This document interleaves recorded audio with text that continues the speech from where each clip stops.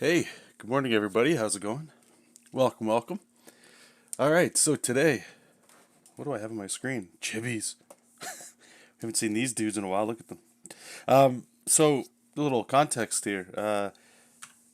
On my Etsy store, we're gonna jump right in with a plug. How gross is this on a Monday, right? But anyway, on my Etsy store, it's primarily Chibis. That's one of the main pushes I've tried to put over there. I've tried to use it as like a funnel for the cutesy stuff that a lot of people enjoy.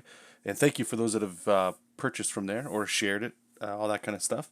But someone over the weekend picked up some Gloomhaven prints, and I realized my initial, and if you don't know what Gloomhaven is, we'll probably talk about it a little bit here.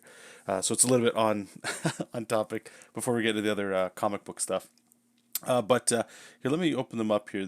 It's a board game, very good board game, and there's six starting characters, and I've only done the three. My initial goal when I had started this was I wanted to try doing something that I don't think like a community that hasn't really been tapped into. It's something that I really enjoyed for a while, which was a bunch of board games that are behind me. So the six main characters, I started out with my favorite one, the Brute, and I'll just go through and show you guys the other two that I had completed. But anyway, I was going to do the whole starting six because I know people like to buy. What's the right way of saying it? Collections or just like a set. That's the right word to use for it. So here's another one, the Spell Weaver. This was called, and this was a Craighart.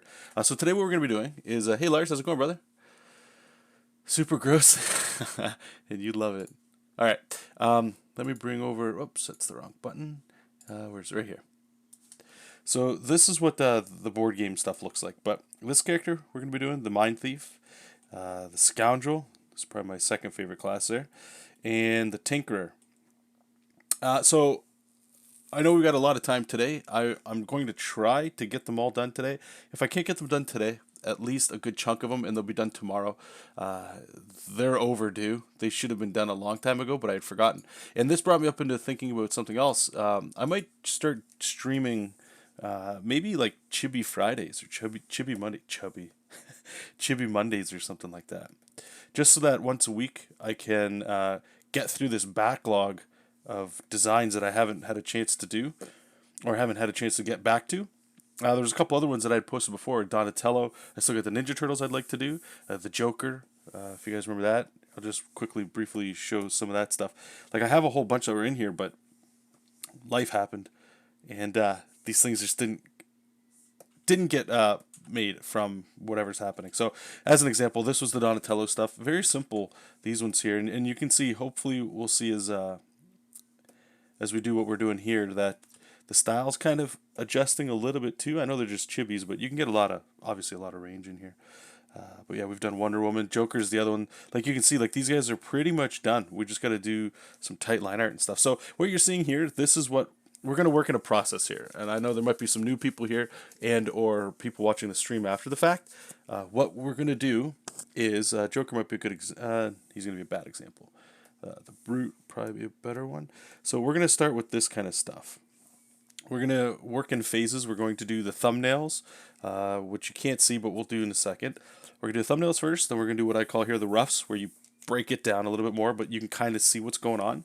Then we go into the line art, which is just clean. If you're an artist or whatever and you know about microns and just like a dead brush. There's no pressure sensitivity, just gets the detail in there, right? And then we're going to go ahead and slap our inks on there, getting real nice.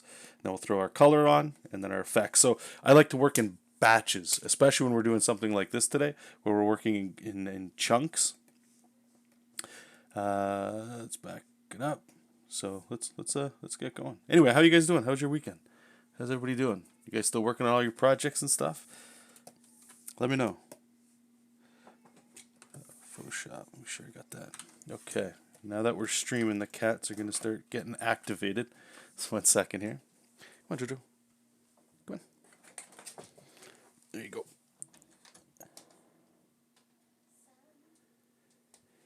Okay. Let's get all set up here. All right. So the first thing I like to do, especially with these chibis, and I don't know why they work so well like this, but in Photoshop, there's like this. Let me just explain the brush here. It's almost like in here it looks like an airbrush, but in Photoshop, it's just like a pressure sensitive round brush. That's all it is. And it works really well for these chibi things. And I think most of it comes from at the day job there when I was doing a lot of my chibi work. Since I worked pretty much primarily in Photoshop, a lot of these tools, they just replicate over really well. So I'm just going to warm up here with one or two of these guys just to get my proportions down. I like to do this when we're jumping between styles because a lot of it it's like there's some overlap, but at the same time there's a lot of difference as well. This guy looks like Black Panther. What's kind of cool too is these kind of layouts are super quick to do, and you know, when it comes time to go back and do a new character, like right away to me, boom, look at this. This looks like very simple. This could be Black Panther. You know what I mean? Get some big old eyes on there. Give him some grass. But whenever you're looking for brand new ideas, this is literally like a sketchbook. You just go through, pick stuff you want. Like we had, here you can see, here's a whole bunch I was doing when I was trying to come up with Simon Belmont from Castle Dracula. I'll show that too. I don't mean to do a whole bunch of back and forth plugging, but again, when we're jumping around styles and stuff like that, I think things can get forgotten over time, which is fine. Just for reminders. So this is where we ended up going with that one. I still love this one. This one's probably one of my favorite ones, if not my favorite ones. Plus, you got Godslayer that's kind of similar that we're going to be working on throughout the week. You can see it's this guy right here. This right here, this guy, that ended up being that, right? So, but what I'm saying is, and this is why it's really cool to get your sketchbook stuff kind of going on, is when it comes time to do a new one, right? Like I could look at this guy and go, okay, that could be anybody, right? That could be anyone. And if we go back, we got, you know, a whole bunch of other ones. This one was the Mortal Kombat one we were actually working on right here, right? You got Reptile, Scorpion, Sub-Zero there. This one actually ended up being the Gloomhaven one, the Brute. Right. Just different poses. That's all we're looking for, is just doing a couple of these ones. But the Gloomhaven ones, what I end up doing is on their character card. So let me just bring that back right here. You see how they have like the Mind Thief here, how he has a pose? I'm trying to mirror these pretty close, just because that's what I think people are used to when they're seeing it. But we're playing a little bit on it. I don't want to copy it verbatim. I just want to use it as an influence for those that, you know, that are familiar with the core material there. Lars is saying, off-topic question. No, it's cool, dude. Don't worry about it. Do you have an app for writing plots? I've used Evernote, but was wondering if you had. Evernote's awesome, man. For plots, though, my problem with plots... Where did I... So, I use Trello. I'll just cut to the chase, and I'll show you guys in a second here. But when we're writing plots, I just use note cards because I can quickly flip it to the other side. But I like to be able to physically touch something like this and get away from the computer when doing writing. I find when I'm on the computer, I could open up a new browser and start doing some research or something like that. So I like to do this. And once I have those, then I go into a digital thing. And the other reason why I like using these is... pretty sure most of you know. I'll start with like a beat. Let's say it's the beginning of the story, so like a hero shows up, and then I'll put 3 more note cards underneath of it for like how that breaks down. I need to be able to move these around. Digital, like in Trello, you make like boards that go up and down. I need to see it in a hierarchy kind of thing. So I usually look for a lot of like mind mapping software because I feel like you can manipulate that stuff. Let me just bring up Trello for you here, just so you can see. Let's go with JESOP King. Yeah, okay. So here in Trello, this is what I do with plots. Right, like very simple. I don't want to worry about anything complicated. And then over here I have a legend, so I can color code it and quickly go, okay, this is a lot. See, like red means action, green is story. So right here I've got a lot of story, and I like to open all my stories with some action.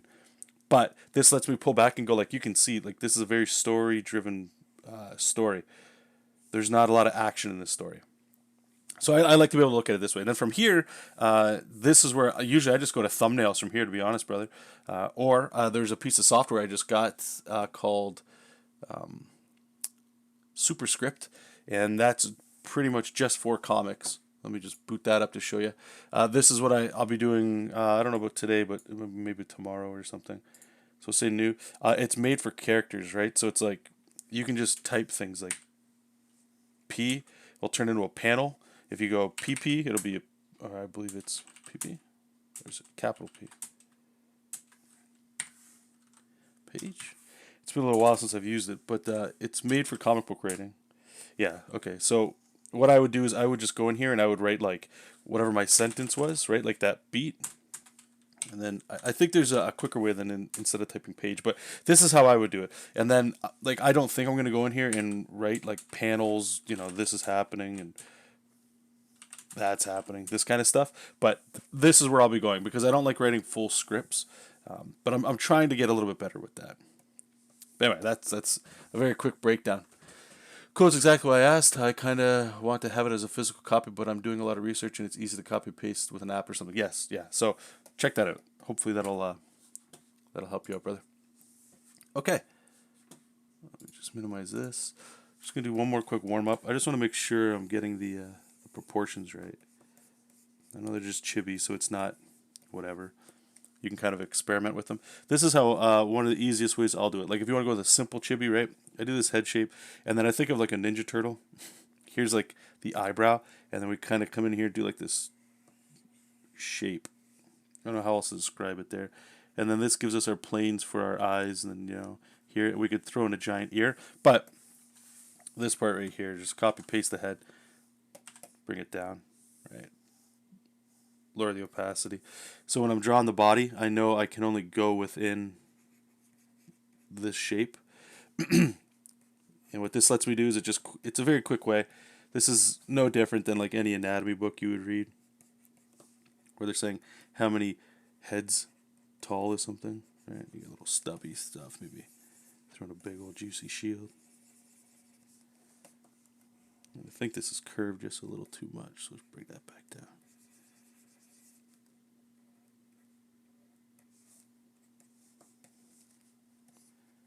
Maybe a little hair or something like that. Okay.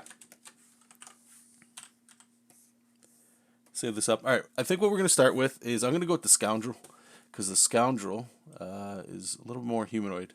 And again, this is what we're going to be drawing here. So I'm going to be riffing very close to this, but a little different. A little different. Okay, let's bring it here. Oh, that's awesome. What was the name of that app? Oh, it's a piece of software you have to buy called Superscript. Let me get the URL for you, man. Superscript. Superscript.app. And normally I don't like to buy a lot of this kind of stuff because really you can use a lot of this stuff online for free. But like I'm saying, I'm trying to slowly introduce more dialogue in script writing. What I don't like about doing scripts for comics is when I sit down to draw, like we're doing right now, right? I don't know if you guys feel this way, but when I'm sitting down to draw, I like to have a little bit of, well, not a little bit, quite a bit of freedom to just go, what do I want to draw today? And when I'm looking at a script, the thing that sucks is it's very black and white. Like there's no leniency. The only thing I get flexibility with is, yeah, no problem, man. The only flexibility I get is, I guess, the panel placements and stuff like that. That's sometimes, like most of the time, that's not enough. When I was working on Jessup King, one of the coolest things, or at least what I found out, and a lot of it came from, you know, we talk a little bit about the Marvel method for drawing comics and stuff, the old school way. And what I really like about that is, actually here, let me just shrink this brush down. What I like about that is it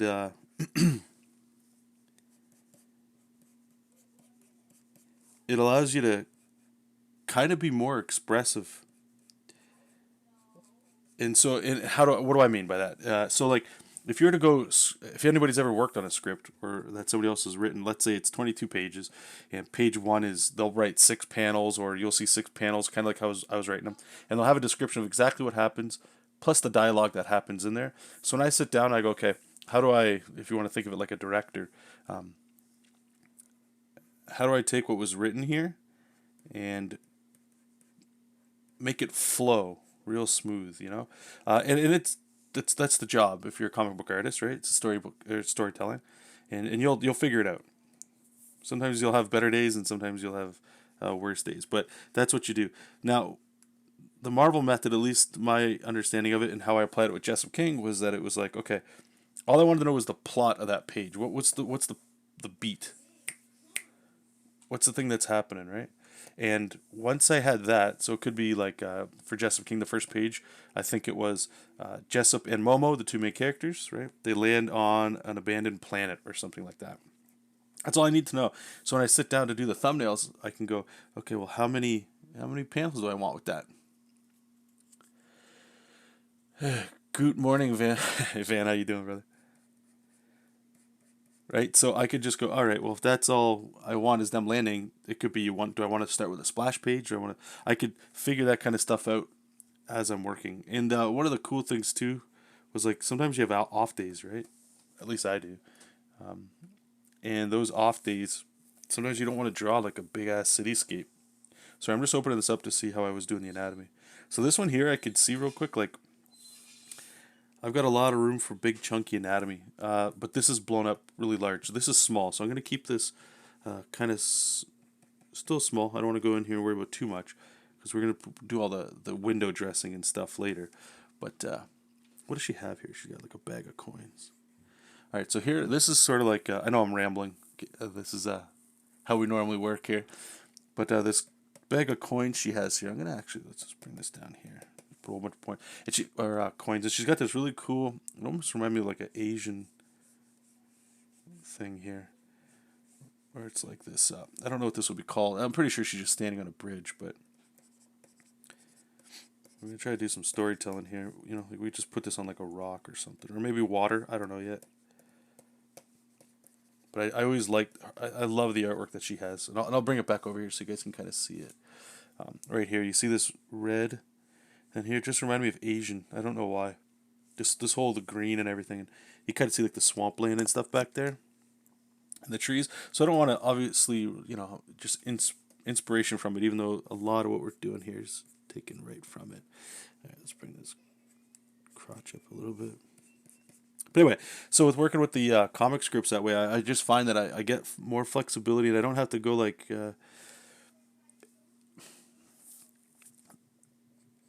like the biggest win I would say that I got from working that way or working this way is that I'm able to just sort of get drawing faster, and that's always the goal is when I'm sitting down to try to like write out a comic script, I don't know how long it's going to take.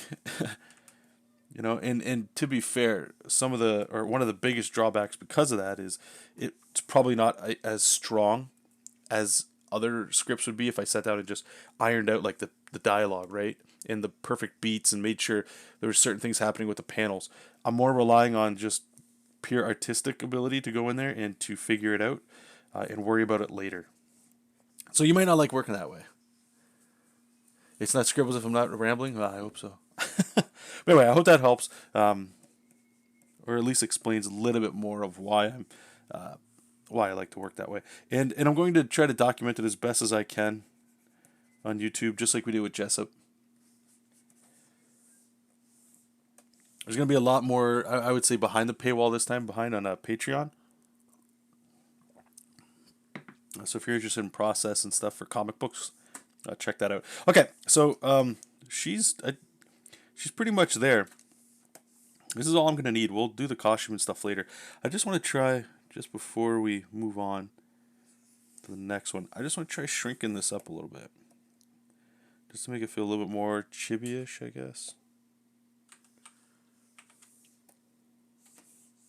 Yeah, I dig it. Okay, on to the next one. Who do we got? I'll leave it up to you guys. I know there's only a couple people in the chat that are active right now, but we got two other ones we want to do. And I know most of you probably have no context to this unless you've played this game. So you want to do the Tinkerer, this one, or the Mind Thief. Mind Thief's like this cat-like race. This one like mind controls people and stuff. This one I never really liked the design of personally. It's weird. like the arms and stuff. It's all good. And this is the thing. Remember we were doing the D&D? Here, let me bring that up. When we were doing that D&D commission, this is what I was talking about. When we were doing this, it's like you can get in there, and everybody does this in Dungeons and Dragons and video games. It's like you got to get in here and get all this like little detail. But if you're doing a comic book, it's like you just never do that stuff. It'll take you forever to go in here and just imagine drawing this guy for 20 to 120 pages with the same kind of outfit. Man, it looks good, but it takes so much time. All right, Lars is in first with the Mind Thief. All right, let's do it. We gotta do them all anyway, but may as well go. Okay, so the Vermling Mind Thief. All right, we're gonna go here. All right, what I'm gonna do here is I'm gonna try to push this one, because this one he's standing, so you can kind of see what's going on, and he's directing rats, which is always cool. But I'm gonna push his head forward a little bit more. I'm kind of coming at us. This will be like the comic book version. The head will be pushed a little bit more. So what I'm trying to do here is just figure out the planes of the sphere. I don't even really do this when I'm drawing human heads, just Chibis for some reason. Well, the reason is, not some reason, but the reason I like to do it is because everything's like an anchor from this head, I find with Chibis. Right? So like I can figure this out, and then I can go, okay, we can, oops. From there we can kind of shoot out that cheek and wrap it back in. Get that nice shape. I can kind of correct this here. Okay, so he's like a kind of a cat, so we're gonna bring the ears up, maybe something over here, something like that. And then now for the eyes, I always go like this. I just draw like these little circles because I just need placeholders. We can figure out specifically where all these little details go in the next stage. Like their head is a little bit more like that, but for now I'm just gonna keep it like that. We'll get to it. All right. So, like I said, we're going to duplicate this, just bring it down. It's just a good reference. And I'm going to push his upper body a little bit more here so we can get like a little twist.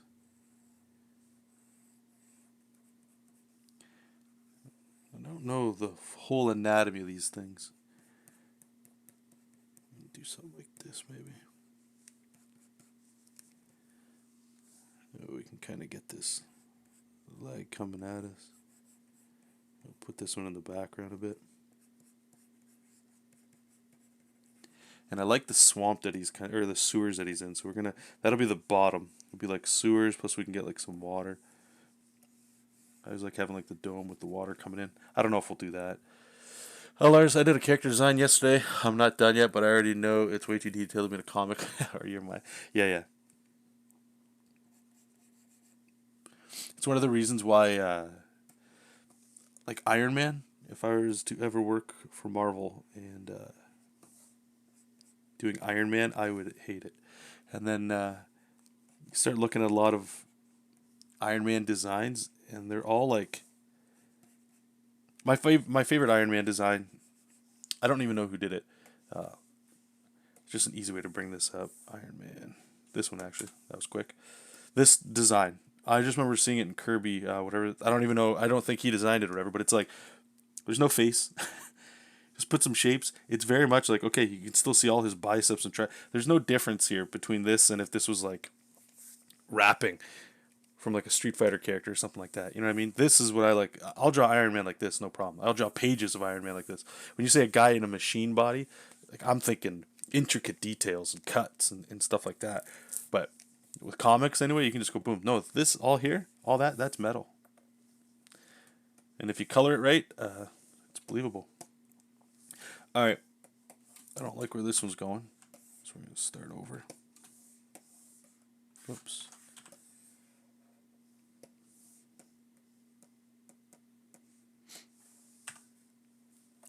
This one's just missing like some twisty action to it. That Chino Wolver.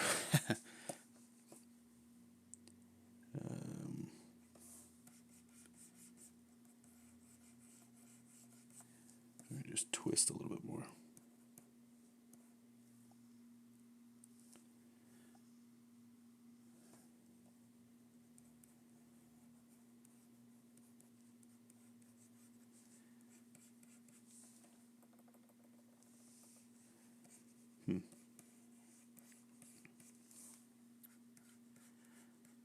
think this one's going to be a little bit more my interpretation of what the actual character card looks like. There's just like some weird twisting going on that doesn't really make much sense.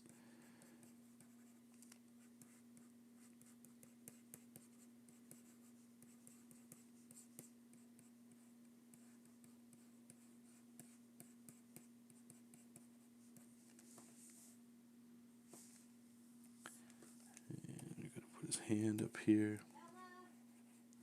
Like he's mind controlling the rats, which is important to show. So that means we're going to have rats in this. Can't get away from it. All right, like some sort of knife pointing. And then the tail, it's kind of like a simple tail. But we know how to do tails better than that, right? It's a composition tool, so let's use that. I really want to push this leg in the background here.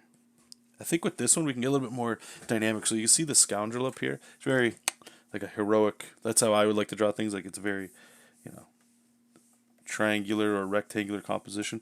This one I feel like we're kind of moving along. Like, look this way. So if that's what we're going to do, we could change what he's on, sort of. And this will let us do this right here. Kind of like in the reference. Get the sewer. And then over here we can get like this green, cool liquid that guy's got. And the trick will be where we're going to put the rats.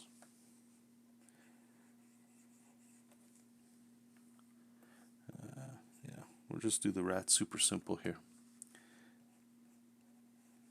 That one had this guy do it. You got to get the blue eyes because they're mind controlled. So we'll put a few rats like this. Something like that. Let me just see, where do we have this one? Let's turn that off just to clear it up. Is this chibi style more in line with your art at work style? Yeah.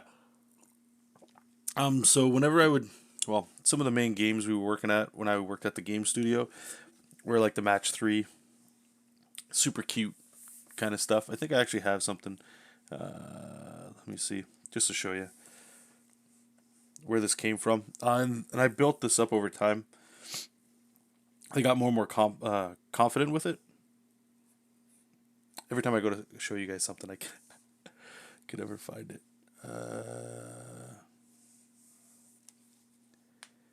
Or maybe it's not. I saw it today. 1 second. But at work we were trying to make like a mobile style, I would call it, right? And a lot of the mobile stuff it's like cute, or it's just Disney, Pixar kind of looking stuff. And I'm not that great with that stuff. But chibis I've done for a while, and I always enjoy doing them. Or if it's not like a full chibi, like this would be another level of chibis right here. Let me show you. Comics, personal.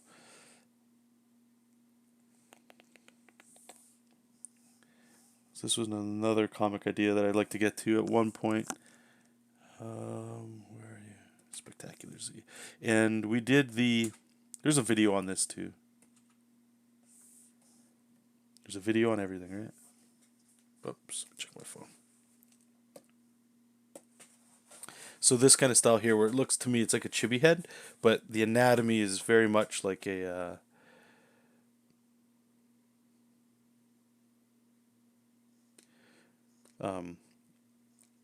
what's it called? Like realistic drawing, almost like Mega Man, I'd say. I really enjoy doing that. The super chibi stuff. I'm just going to download something that you guys can see that I did at work. It's very similar to this, but I still like being. This is fun to do. This is like a fun distraction of what to do.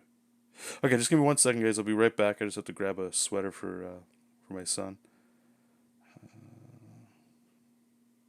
Okay, just give me 1 quick second.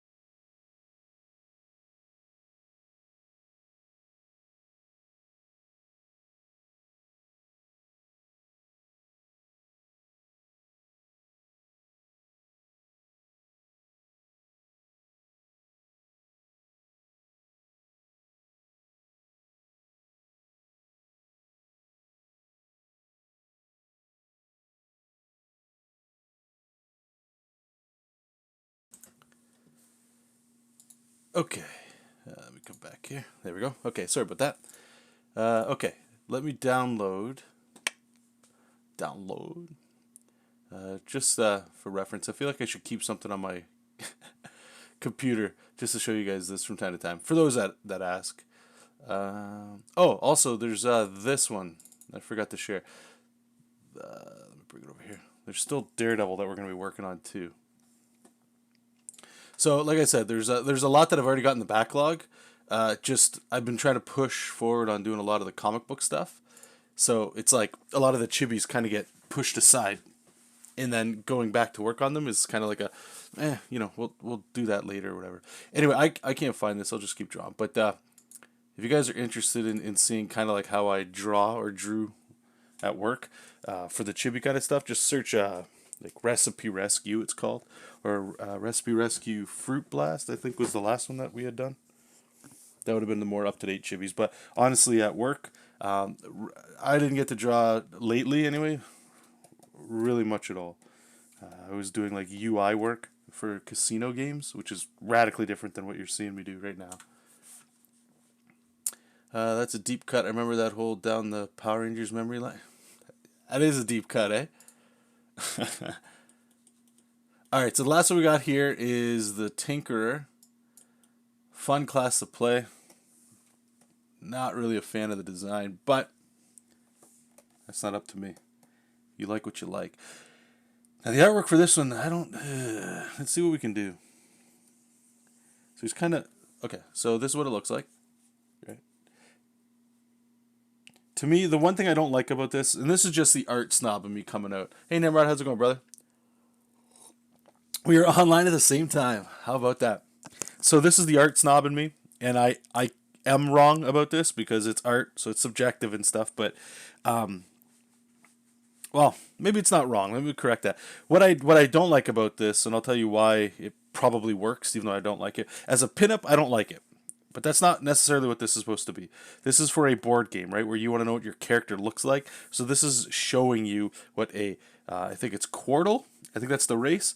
And the Tinkerer is the class, right? So this is what that race looks like as this class. It's very D&D.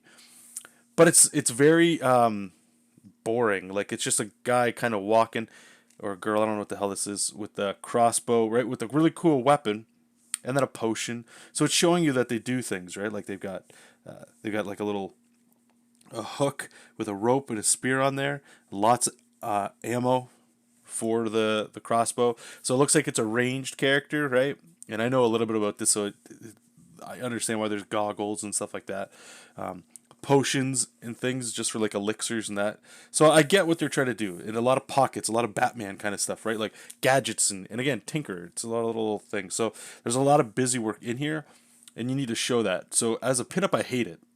But function, this to me reminds me of like something you would see as like in like a concept art book of that's what you send the modelers. You know, like that's what the character looks like. And again, but at the same time, let me just show you, like, look at this Mind Thief, right? Like, that's storytelling in there. That's cool. It's showing you that thing using the ability, right? Mind controlling rats. The Scoundrel, it's very much just a pinup, but it's showing you, it's telling you a story, right? Like, they're stealing money, but there's a pinupness to it, I'll call it. Yeah, that could be a poster, sick poster. Same with this. Not so much. The background's very, like that's a phoned in background. You know what I'm saying? But regardless, I'm not here to critique the art. I'm here to just sort of, anyway, why I wanted to say that was, I'm not saying I'm going to nail this, and I probably shouldn't have said that because now it's going to set that bar higher, but I want to see if I can just add like maybe a little story to this or something, like a little action to it, or I don't know. We got potions we can play with. We've got a crossbow that's on their arm, which is slick. See what we can do here. Maybe we can. This one's the one that's going to require a little bit of effort and some time, I think, unless we nail it on the first one, which happens from time to time. Okay, they don't have an ear. This one reminds me a little bit of like this one here, the Spell Weaver. Where do we go here? Chibi. Board game, Spell Weaver. Reminded me a little bit more of this, where there's like this techie kind of stuff going up on around the head, you know. Oops, close all this.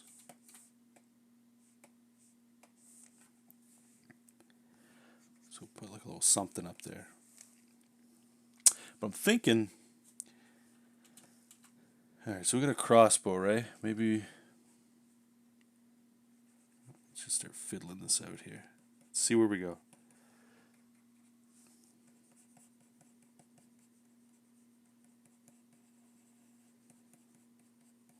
We could put like a rock or something up here. I'm always a fan of that pose where somebody's got like a knee up on a rock.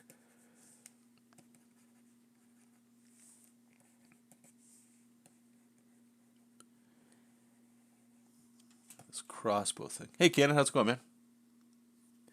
My man. What are you working on today, Cannon? Yeah. See, so this doesn't. Not feeling it. Not feeling it. All right, just duplicate it. We're just gonna. I like the head shape so far, so we can keep playing with that. Maybe what we can do instead, though, is get a little more action. Still use that rock, because that's just fun. But we can kind of get like this profile shot, right? You see what's happening here? Like, these are the two same poses. I'm just trying to explain where my head's at with this. Not saying it's perfect or great, just at least with what, like, the reaction I'm getting from it. Like, so this character here, 1 and 2. 2, it's literally the same pose, but when you see this bend we're getting, this twist, this is what you want, man. This is where you start getting that juice. But the thing is, I'm looking at the reference, and I know that like that crossbow is the weapon, right? But in the reference, it kind of looks like he's not an offensive character, so he's kind of got it in reserve. What's coming at you is the potion, right? So I think it's just, I mean, the scoundrel's kind of got this going on where it looks like it's a potion in her hand. And I don't want to maybe mirror that too much, but maybe we can just kind of bring the arm out somewhere around here. But what's awesome about potions, right, is like especially in the reference here, is we get like a really slick smoke. And what's awesome about smoke, I'll tell you this, okay? This is just a personal preference. Whenever you can get motion in a drawing, add it. So if somebody's got hair, you know, like the scoundrel, her hair is going to be coming here, but like I'm hoping to get a little bit of life in there, right? The coins, like hopefully you can see what I'm trying to get there, is like they're falling, but it's giving a little bit of motion here, right? Like this guy, he's going to have a tail and all that stuff, so we can get some motion.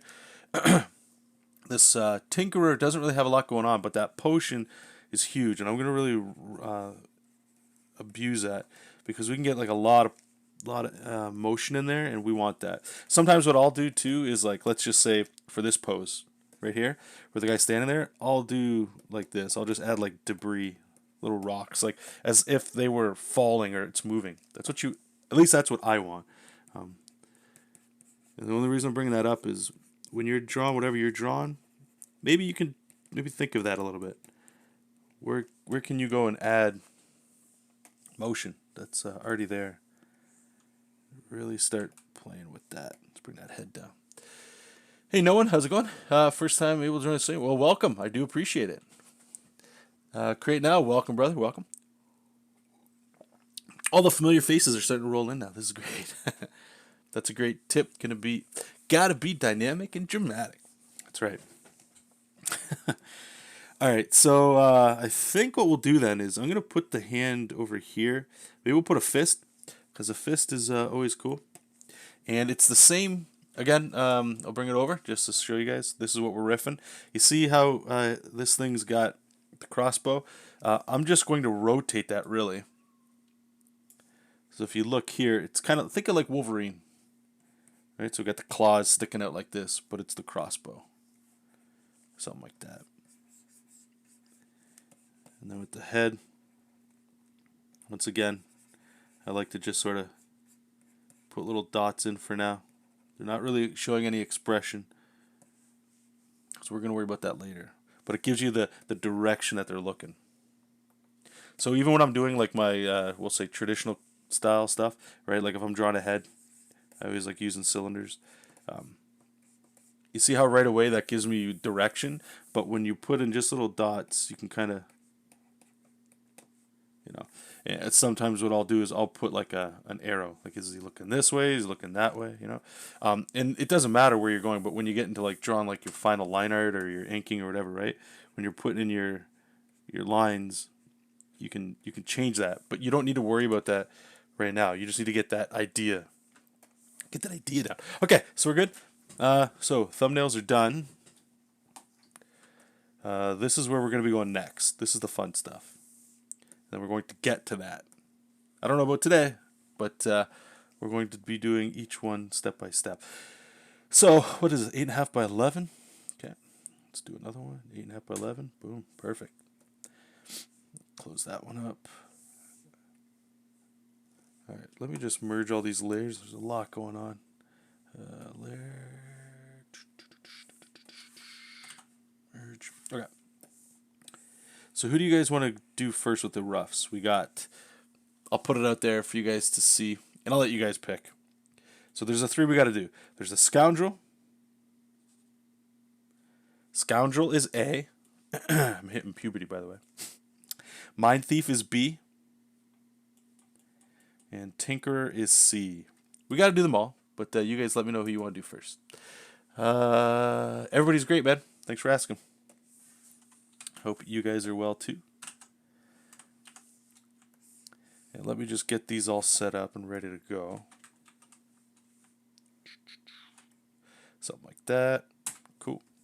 And then we'll just save these up. Scoundrel. Is it R-E-L?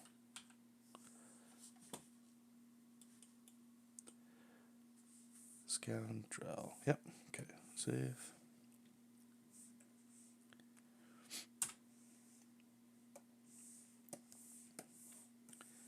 And we'll do the mind thief here.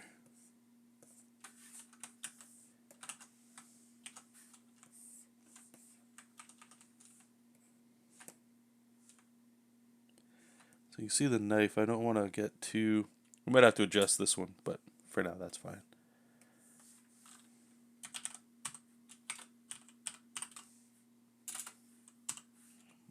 Oh, it's all one word. Mind thief. And the last one is the tinkerer.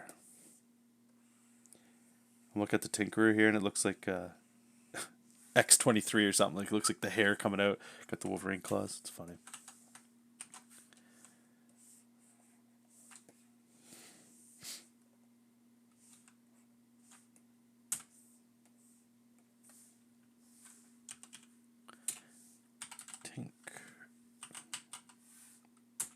Looks like I already have reference in here. Interesting. Actually, hold on 1 second.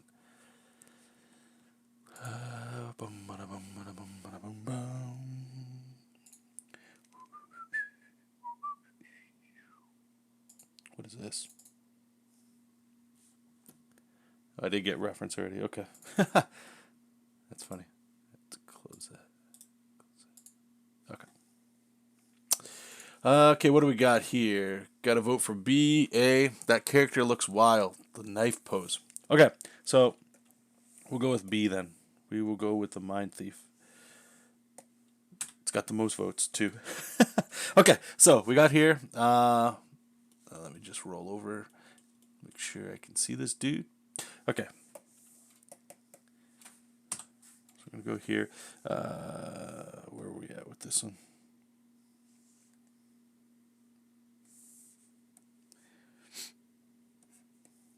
So this was the thumbnail. We really exploded on this one.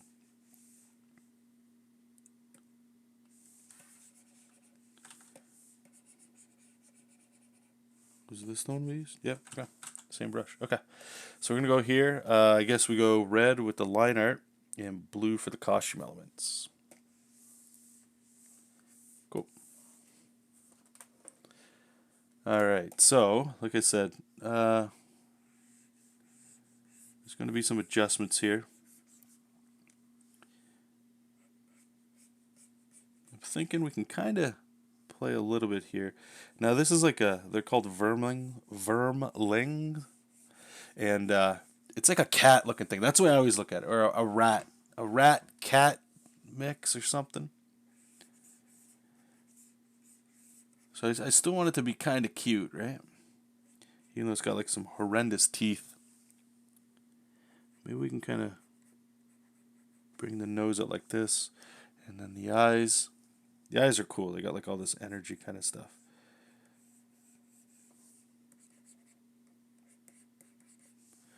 But what's important about the eyes is it's mind controlling stuff. So all the rats in that image, they all have blue eyes, right? Just an easy way to show mind control. And I think what we'll do is we'll bring this line down here. I'm trying to get better with animals too, by the way. Alright, so if we get this kind of shape, it looks like they're doing like a smile thing, right? Because if you're evil, you gotta smile. Bring in all these teeth. But I'm still... Do you see what I'm trying to do here? And sometimes this doesn't work. You get all these little fangs. Because I'm still trying to keep it within this shape. Maybe we'll bring this down just a little bit.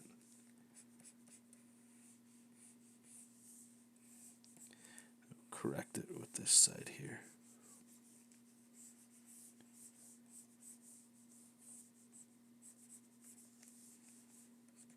Just to give a little bit of room for that chin there. And maybe we go a little straight on that side. Now, usually I like to use curves when doing this because it just amplifies that cuteness, right? But these guys, they do look a little devious. So maybe we can get like a little bit of sharpness in there. So that works. I like that. Kind of find the rest of the planes here. Okay, so this dude has some big old flappy ears. Going to elaborate a little bit on them here.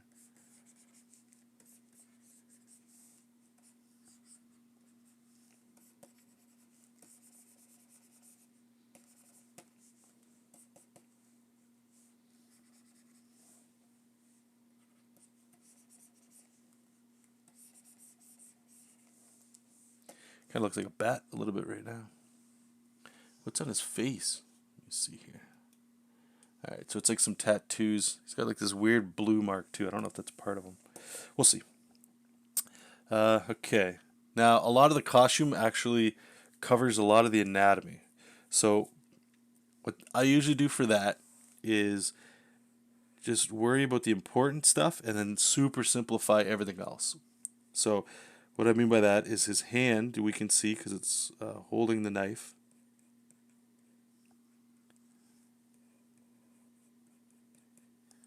How many fingers? 4. And you always got to do the pinky up on the last one, right? It's like everybody draws that. Then what we'll do is we'll put the hand over here. These things are very furry, but I'm going to do something that we like to do in comics. Like you put like these little nubs of claw. Just looks cool. I think it looks cool. Get that mouth open a little bit more like that. Like I say, they're super furry, so we're going to go ahead and we're going to adjust those later. But right now, I just need shape. That's all we want is shape. Alright, so his arm's coming in. Let me just flip it so I can see it a little bit better. Shoulder action. So this is what I'm talking about. All of this is going to be covered in drapery. So all I want is super simple anatomy. What I mean by that too is you can see like, okay, so there's the forearm, bicep, and shoulder. All this is for is to show me when I get into drawing, see like super simple pecs, is how things will flow on top of this. That's all that matters. And a lot of the anatomy, like I said, is covered, so I can't really see what's there, but, you know, it's humanoid looking kind of stuff. Something like that. Joe, how do you say that last name? Weatherly's book on animal design is like Michael Hampton's, but for slick. See, one of the things, too, is a lot of anatomy books, or just how to draw animal books, I guess. It's kind of like human anatomy.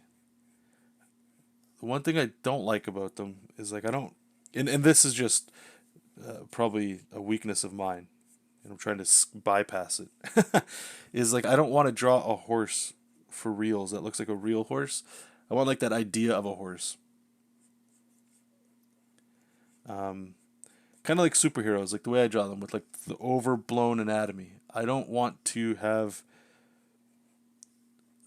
I guess even what we're doing here, I don't want to have super realistic anatomy. But I guess the argument could be made, right? Like when you're looking at those anatomy books for horses or people, you got to know the rules to break them.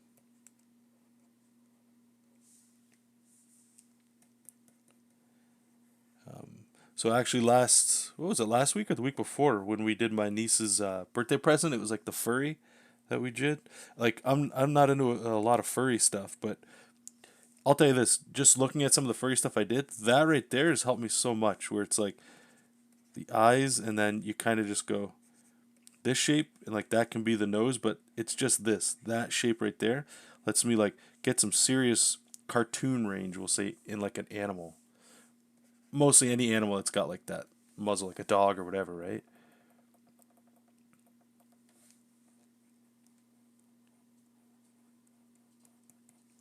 Some of that, and then this arm, I'm gonna put on a new layer here, just because we have to manipulate this hand.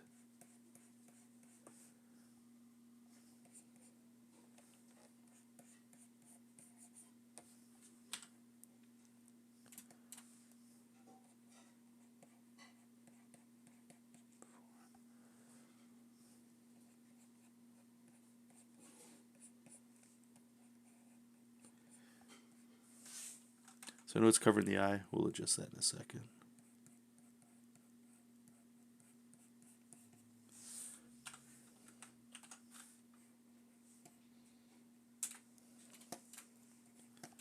Go here, maybe.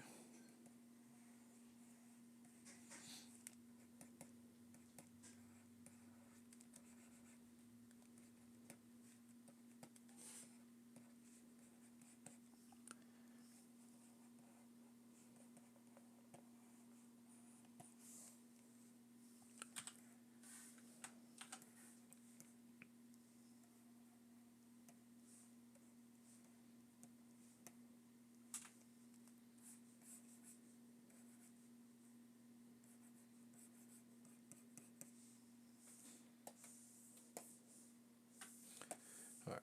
So what I'm gonna do is I'm just gonna make this hand a little bit bigger just to offset the size of that other hand. That way they look like they're about the same. We'll mask this one and just erase that. There we go. Okay, we're getting there. We're getting there.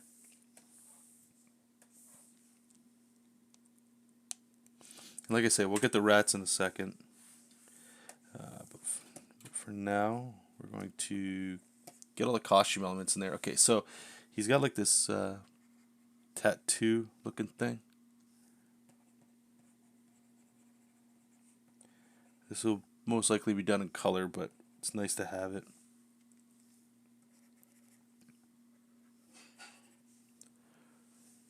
Like I said, there's a lot of fur.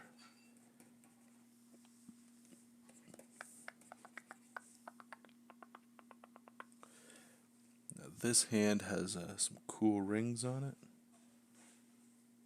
Just some jewelry.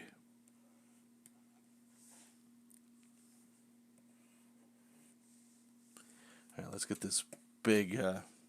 So who's this for? This is for my Etsy store.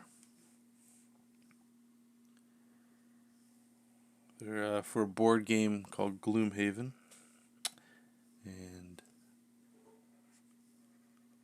I had said to people that I was going to do the starting 6 characters that you could pick, and then life got in the way as it does, and I forgot to go back to it. So we got time right now, a little bit of time. We got a little bit of time. We got commissions still to work on. We got Godslayer to work on still. But like I said at the start of the stream, thinking we should probably start doing some Chibi Mondays or Chibi Fridays. Chibi pick a day. So that we can get back to adding more to to the store. Okay, how does this go? So 1, 2, 3, 4, 5, 6. 1, 2, 3, 4, 5, 6.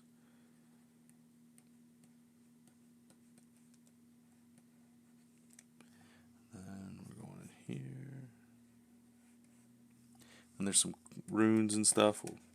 We'll do all that. All right. And then it looks like there's some red feathers. All right. Now this is what I'm talking about. This is where it's going to get interesting. All right. So what I like to do is kind of outline the flow. And I'm going to see we got all this dead area over here. I'm going to try to bring some of this stuff back up here. So this gives us a direction of where all this tattered clothing is going to go. And it sort of like wraps around the character. So I know it covers the anatomy, but it doesn't cover all of it. Like his arm still has to come out of it. It's kind of like, here's the neck hole. Like that, right? And then the head, a little hole for the arms. It's like this, it's like a really raggedy umbrella kind of feeling. So when you kind of get the flow of it like that, what you can do is when you come in to do your line art, you see what I'm saying? Like you can follow that. And there's a lot of things coming out of this, like beads and runes, potions. So I'll put a couple of these kind of things flying around. These are all like going underneath the clothing. Maybe those potions are connected or something. Save it up. And then looks like there's like a little bit of like a rope, almost like a belt. And then the same kind of thing is happening down here.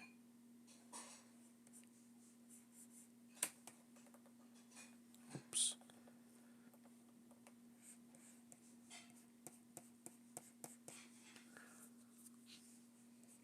And some bandages. And okay, so his tail. Let's do that.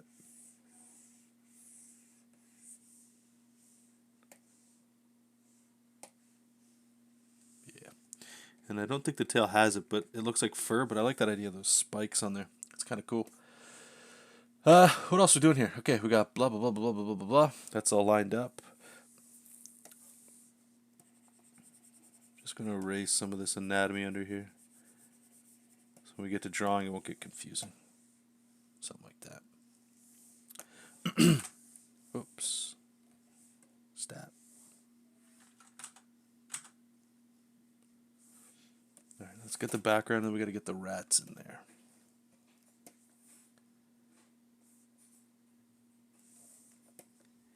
Okay, so I think we'll start back here.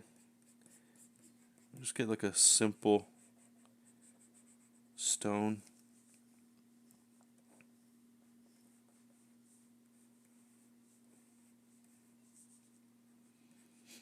And if you're doing fantasy backgrounds, it's the best because you don't have to really worry too much about stones and things looking perfect. These could be offset, sticking out, that kind of thing. What we'll do is this is kind of like a video game kind of thing. And I'm running out of room, so I'm going to have to move the image around. But it almost looks like you're just taking like a slice, through the video game assets there, right? So it almost looks like he's kind of floating around. Let's move him up. I might need to shrink him a little bit. It's getting a little too big.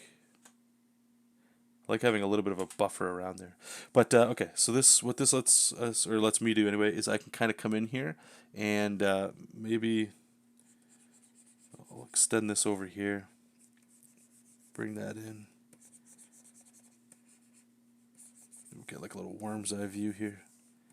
See, because like if people are buying these things, right, like this is this guy, they all need to look like they kind of fit. So what's happening over here, I don't think that's gonna work. So maybe what we'll do is we'll just have like a pool of water on this side or something. It's like this green kind of smoky looking water. There's like things floating in it, some garbage. But it's cool because like there's a lot of blue that happens here in this This water offsets it.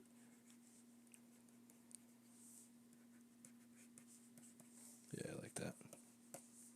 Now it kind of looks like a bridge, right? So see, we're trying to figure out as you go.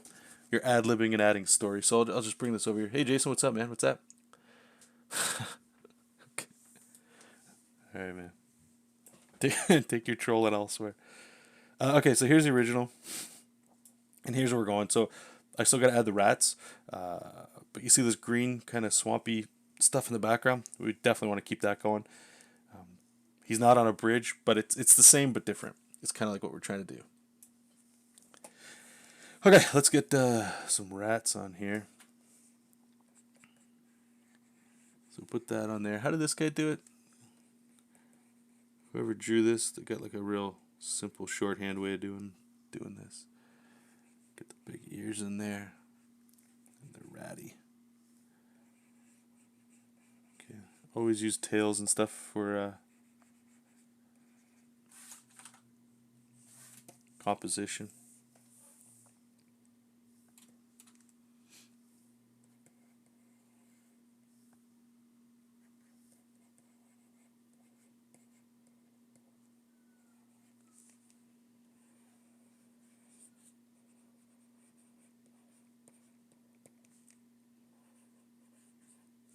See, so where do I want your eye to go? I want it to go here, and then I guess to here, right? So tail pointing at the face, coming here.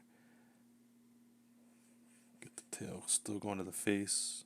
Get the tail going to the face. Face. Cool. Okay, so that one's done. Let's do the next one here. So we'll jump onto the scoundrel. I think I'm actually going to start with just shrinking this one up. And I'm going to do the same thing. Get that. Cool.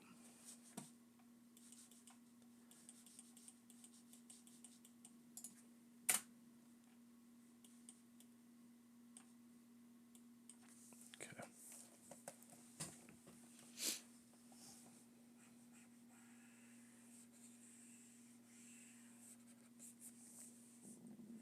All right, get the side of the head there.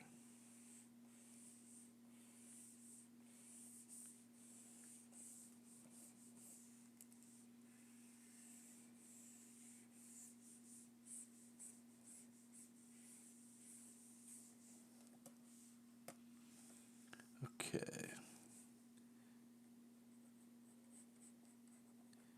She's got the big old lips here.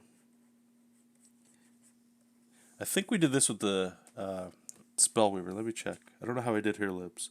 Just the scoundrel here in the artwork. It's like she's got like these big ass pouty lips. Okay, so we did both.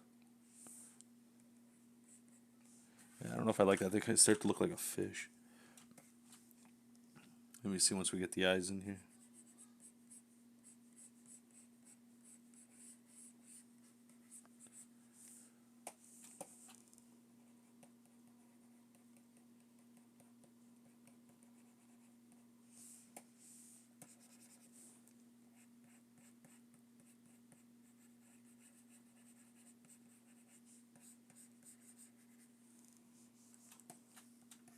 And we need something down here because this is like a lot of chin action. And I know it's her looking up, so maybe once we get into the actual costume, it'll sort of iron itself out. Let me see here. This one reminds me a little bit more of like a superhero.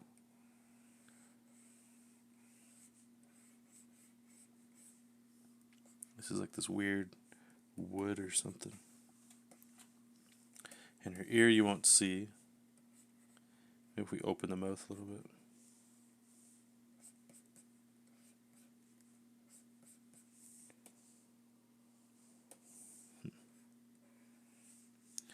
Okay, so sometimes what I'll do is like in this, like it feels very like there's a lot of dead space here.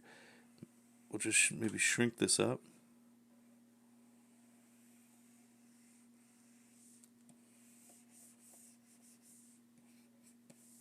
See what I'm saying? Just to give the illusion that it's shorter. Alright, let me zoom out here to see. Still packing, eh? Day by day.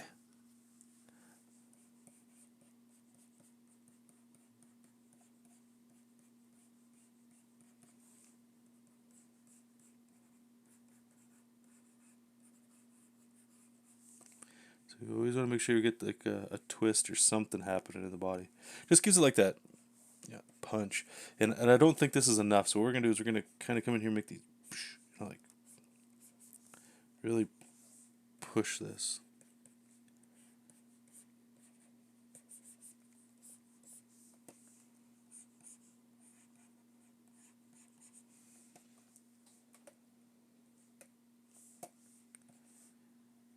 We'll just suck this side up just a little bit more.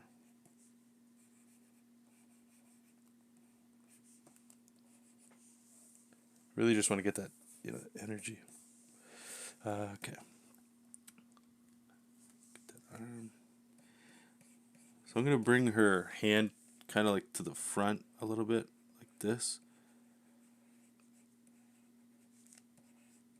Get a little bit more energy this way. All right, so we can get like a big old fat coin person here.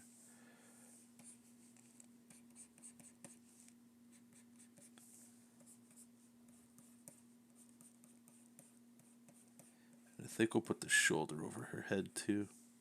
Just to kind of, I hope you can kind of see what I'm trying to do here. I'm just trying to layer it a bit so there's like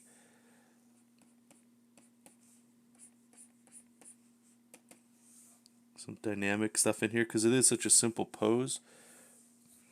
You want everything you're doing to kind of have a life to it, right? Just trying to find twists and things like even in the leg right here, like if we could really highlight in her design or whatever, like this is up here, this is going away from us.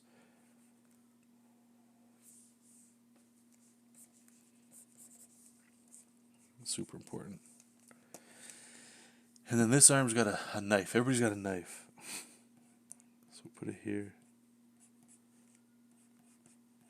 And just try twisting the anatomy around here.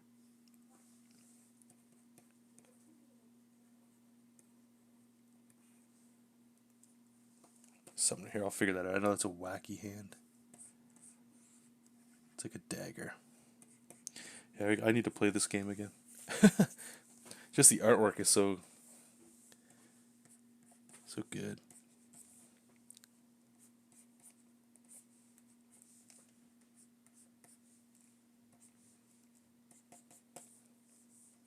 Now there's an expansion coming out. I don't even know if you call it expansion. A sequel, maybe? Frosthaven?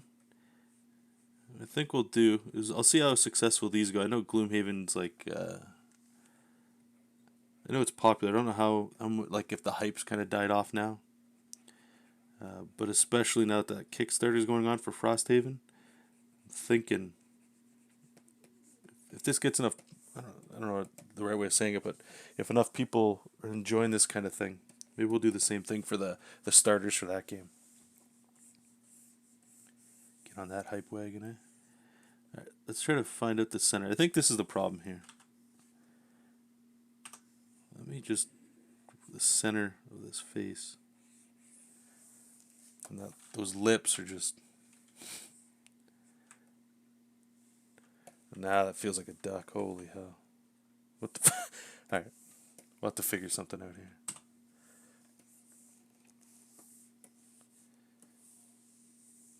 All right, maybe we can.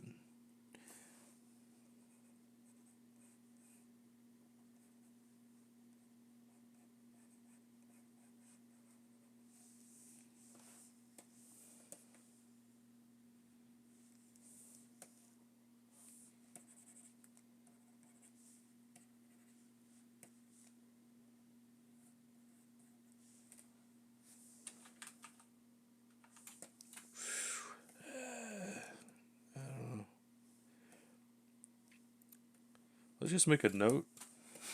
Fix. Sorry if you guys can hear my stomach here. It's eating itself. Fix lips. Yeesh. Okay, so go here. I gotta work on this hand. So if our hand's coming this way, we could go here.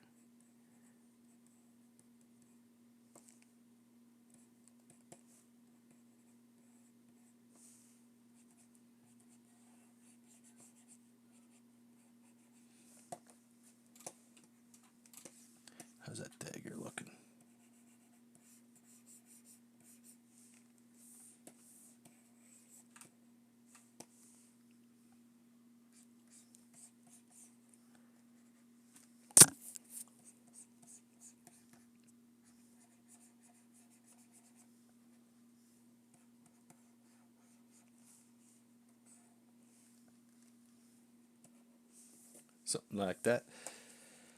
Let me just erase this. I think what we're gonna have to do is sort of bring that arm in. The arms are getting real long.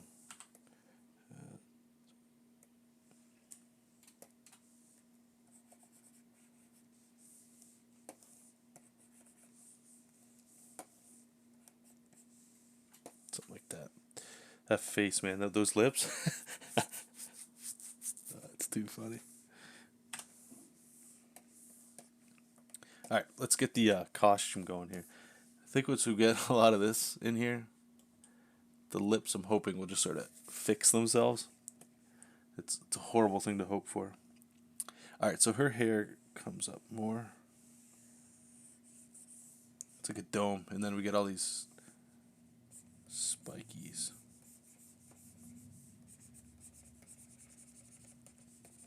It's almost like went ape shit with the hairspray. The hair's short. Get the mask kind of coming in like this.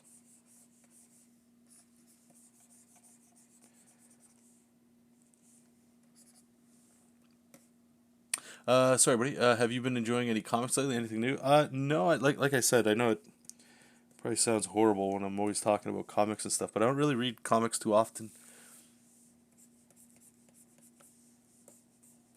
Nothing of the mainstream stuff anyway. It's sort of getting a little boring of that, or bored of that. I've got the Marvel Unlimited app that I talk about, so every now and then I'll like flip through there, but yeah, nothing that I get real interested on. Mostly all my stuff right now is like video games and drawing, I guess. And now that I'm doing this, it's like, oh, I want to play some Gloomhaven again. Okay, so she's got like this. She's got some interesting. Here, let's give her some boobies, huh? Oops.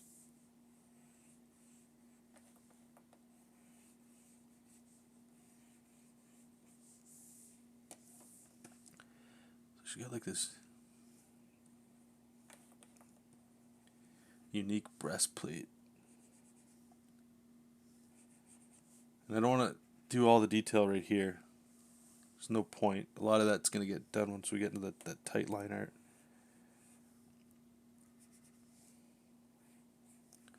We'll go here. Some up here. Now, she got like this neck design on her costume. What I think would be cool, at least it'll help with the chibi stuff, is if I just kind of bring it up to her chin. Or like her neck. It'll just help break up some of that stuff.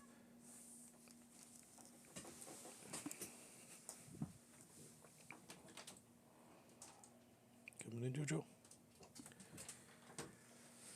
Okay, come on. Right here. Here, go ahead.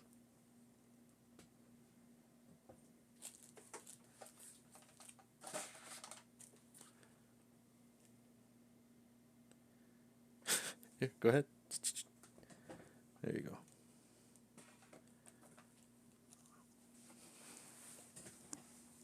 Yeah, no, not reading comics, eh? What the hell's going on?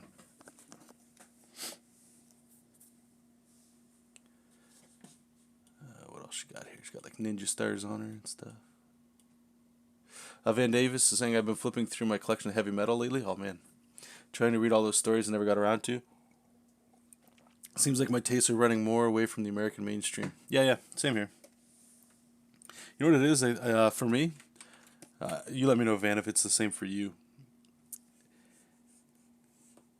Is I feel like a lot of the stories and stuff with Marvel and DC, at least the ones that and again, if I haven't been following too heavy, but they're all kind of getting, maybe not samey, but nothing sticks. The dying or whatever, like there's no weight. So if I leave, like there's nothing keeping me there. When I was younger reading that stuff, it was just cool seeing, superheroes do superhero stuff. But now I don't know. That's why I like a lot of the indie stuff, or maybe even like what you're saying, the European stuff, or even Asian. There's so much out there now where it's like there's new all the time. And because they're not like newsstand books where they're trying to get me to buy a book every month, I feel like the stories have a little bit more weight. Like, don't get me wrong, there's still really cool artists and stuff working and drawing, but you can always see cool art for free. You don't necessarily have to pay people for that. But comics it's like storytelling, right? So I need to be entertained with some stories. Artwork is entertaining, but I don't know, just a little different for me. All right, so it's getting real busy in here. Like, I can only do so much, and one of the reasons I use like this big fat brush here is like I can't, like, the armor that I'm looking at is very detailed,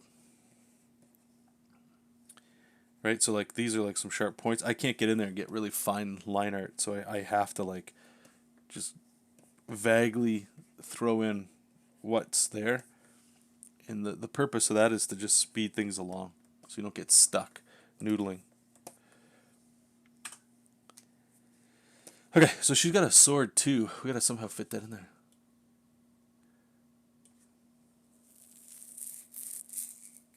Van, the old French and Spanish comics guys, the Russian guys are blowing me away lately. Right on.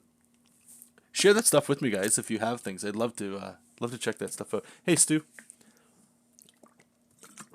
Nimrod, 5 years ago I bought all the updated Watchmen books and still haven't read it. Oh, I was about to ask you, how were they? Lars, so you are only making comics, not reading them? Yeah, that's it. I said this actually in like a stream last week.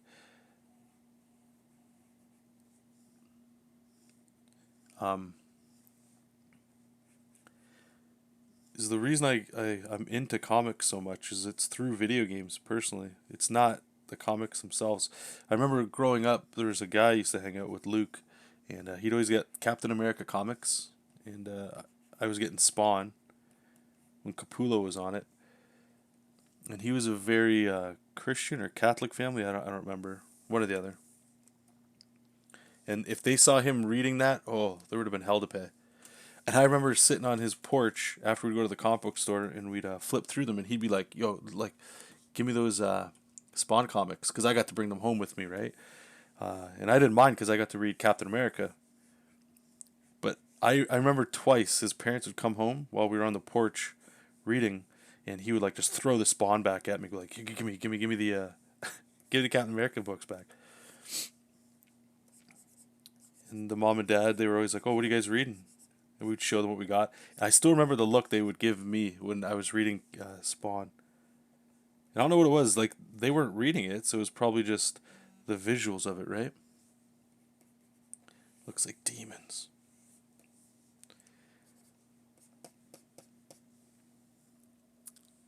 But yeah, and I don't know if my brother's still in here, but I remember our mom took us to a comic book store when there was the Jim Lee X-Men, and I don't know about Jason, but myself, like, I had no idea what the hell was going on. It was just cool. These are like, he had like, this must have been after that comic had come out, because there was like long boxes full of comics, and you could grab them for a quarter. And I think our mom gave us like $1 or $2 each, and we grabbed like 4 to 8 issues each. Because a kid, it was like, oh, cool, this is just, it's comics, man. Didn't matter. It was something that was cool. So, I followed comics a little bit after there, but not really. And every now and then I would go to the comic book store to get pull files and stuff, but it never lasted. Just, I don't know. Could never get into like the collection part of it or whatever. That's why I always say, like, there's a reason why, excuse me, I know I don't work in comics. It's because I just don't have a love for the, I don't want to say a love for the medium, but I don't know. Is that hard to describe, or does it not make a lot of sense? It's hard to, can you enjoy something without just consuming yourself by it? And what I like about it so much is that it's like one of the only mediums where if you can write and draw, or just draw, you can tell your stories through it. That's what I like about it so much.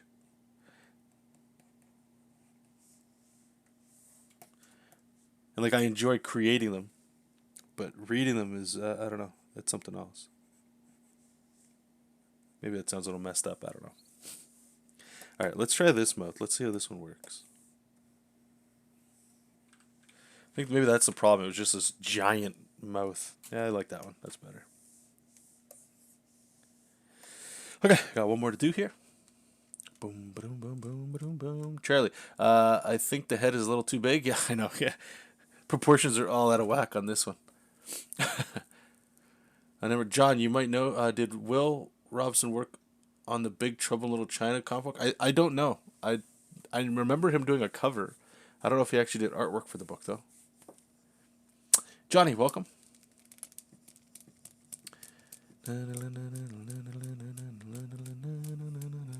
Okay, so this one's done, and let me just put this here. Oops, for when we get to the line art next. I just want to make sure I got the planes all good to go. Okay, so we got the Mind Thief done, Scoundrel. Now, the last one, the Tinkerer.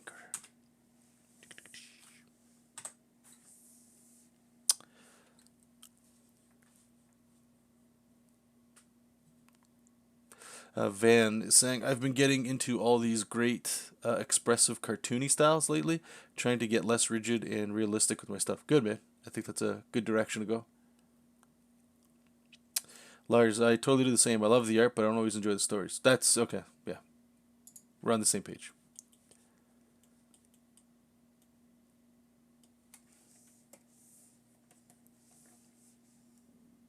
Okay, so this dude's head is a lot larger, so I'm going to just extend it. And I can already tell you I'm going to have to shrink this up a bit. That's alright. We're just going to shrink this part here too, as opposed to what I had. Alright, let's try to find the centers here.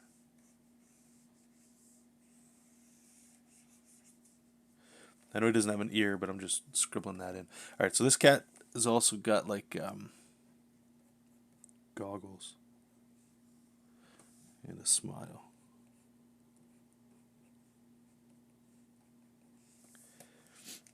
Alright, so we're going to go ahead and put those goggles on. I'm just going to put a slight curve to them too, just to hopefully make it feel a little bit more cute.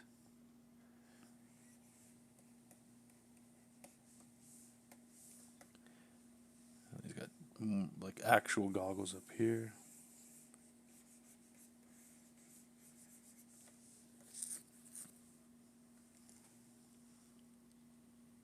Well, he does have an ear. That was hard to see. It's just flat against his head. Alright, now their head is like real bumpy. So we're going to go ahead and do this. Figure that out. Looks like a lot of wrinkly skin too. Alright, got some work to do with this one.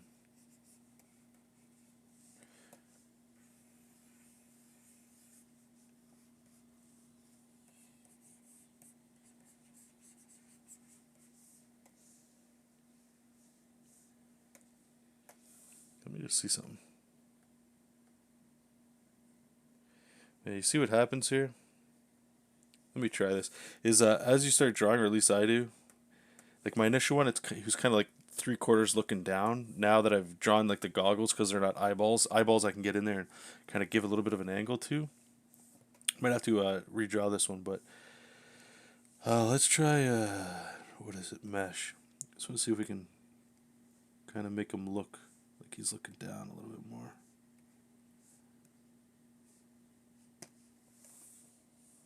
Yeah, it's better. There we go. Okay. I might have to do something with these, like kind of tilt these down a little bit more, you know, like just to really make it look like he's looking that way.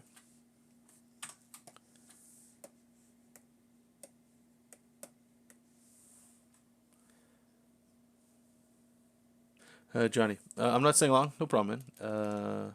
Uh-oh, you're in a bad mood today. What happened? Charlie is saying it was all about the art as a kid growing up. Same here. Canon, I like realistic. Yeah, but here's the thing, Canon. Here's the thing. Let's do some real talk. When you can draw as well as you can draw, it's all good. The intimidation level is like, you know, you're drawing what you like to draw. I would say too, though, Canon, right? Like I've known you, man, for quite a while, right? Like on Enter Void and stuff, we always bring that up, that friggin' site. And you've always drawn that way. I think back then you had more anime influence, but you were still like rendering with heavy blacks and all that. I don't think there's anything wrong with it. You like what you like, and I know you're not. You're just being cheeky, so it's all good. But I think this is a chick, actually. I don't know what the hell this is. Here we go here. Charlie, I did love Amazing Spider-Man and the Hulk comics. Right on, right on. I find like a lot of people that draw realistic, and then maybe we need to define realistic. Like not Alex Ross, but we'll say like Finch and I don't know if I put Jim Lee as realistic. Yeah, well, what the hell? We'll put him as realistic. It's like a lot of those people. If you can draw that way and draw well, it works. But if you like cartoony or blown out anatomy and stuff like that, and you're trying to force yourself to draw more realistic, it's I don't know. I think after a little while of drawing yourself, you start to find what you enjoy. Might not be the media you consume or anything like that, but I mean, like, if you like to draw, like for me, if you guys have been following this or me online at all, you guys know I was having a big blowout of like how my art style. I want to change how I draw this and that, and it wasn't until I actually worked with Kyle Simmons again with Galaxies in Peril, which, by the way, we'll be doing more soon on the stream. But it wasn't until working with him where it was like I kind of went back to what I'm doing right now. Esque. Okay, one sec. I think we're getting real. This chibi style here is getting a little bit non-chibi. Let me just shrink this up. We don't want to go too friggin' blown out here. But anyway, I was working there and then just going like, okay, well, this is just something that I'm good at drawing this way because I've been doing it for so long. It's like let's just stick with it, and it's I don't know. Maybe you guys find work the same way. Is you might have like a style or a look that you have, and if it doesn't cause a lot of friction, like it just clicks with you. Really, just stick with it. Keep going, and that's what I should have been doing. So that's why I'm trying my best to just continue going in there. I know I'm doing Chibis, which is not that right now, but there's a lot of similarities to what I'm doing here with that. But yeah, I helped you unlock the Western stuff. Oh, you. Thank you, man. I appreciate it. Yeah, what are you working on right now, too, Cannon? I know you're doing. Brand is wrapped up, right? The Comics Gate Cats. You still working over there and still doing stuff with them? Lars, man, you have some cool art. Cannon's amazing. I hope you guys all follow him. And please, I know nobody's doing it right now, and I encourage you guys. Post your social stuff in the chat. If you got sites you want people to go check out, dump it in there. Charlie, whatever the style was in the 80s, 90s, that's what I like. There you go. The Silvestris, the Jim Lees, those guys. Sorry, John, what were you saying? Sorry, I'd rather not say everyone just made things worse. Oh, I'm sorry to hear that, dude. Well, hopefully your day gets better. If you want to talk about it, that's cool. Understandable. Okay, this guy's got weird. The hands on these things, they look like spider legs. They look like to me. Just disgusting. So, how would spider leg fingers look? Something like that, maybe.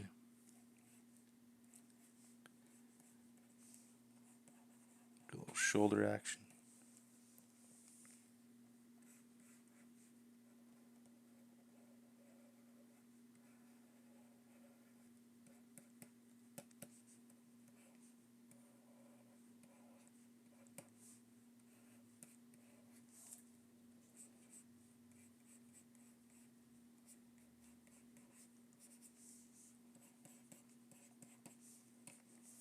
Yeah, maybe something like that. Maybe something like that. Let's rotate it.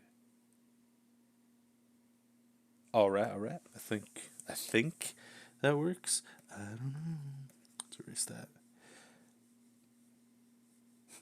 It's so funny when I'm drawing things that I'm not used to. Like I know my anatomy is really no, maybe shitty's not the right way of saying it, but not correct a lot of the times. When you end up drawing something like this with like long spider fingers or something, it's like things start looking weird and you start doubting yourself. All right, I need to really suck in this waist. I get like this is a lanky creature, so I feel like it's more female than anything. Not that ladies are all lanky, but maybe we'll go this way, something like that. Cool. All right, let's get the costume on this thing. What do you think? What do you think? Later, Johnny. Hope your day gets better, man. What do we got?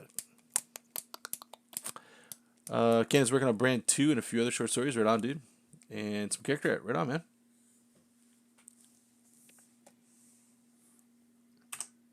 Oops.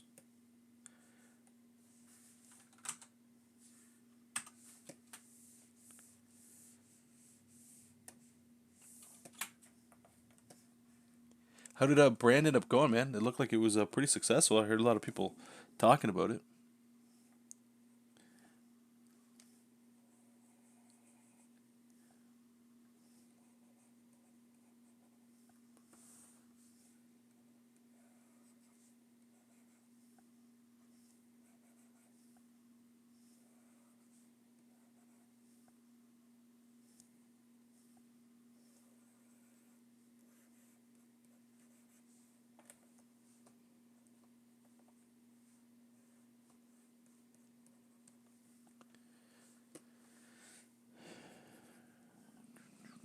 A bunch of pockets.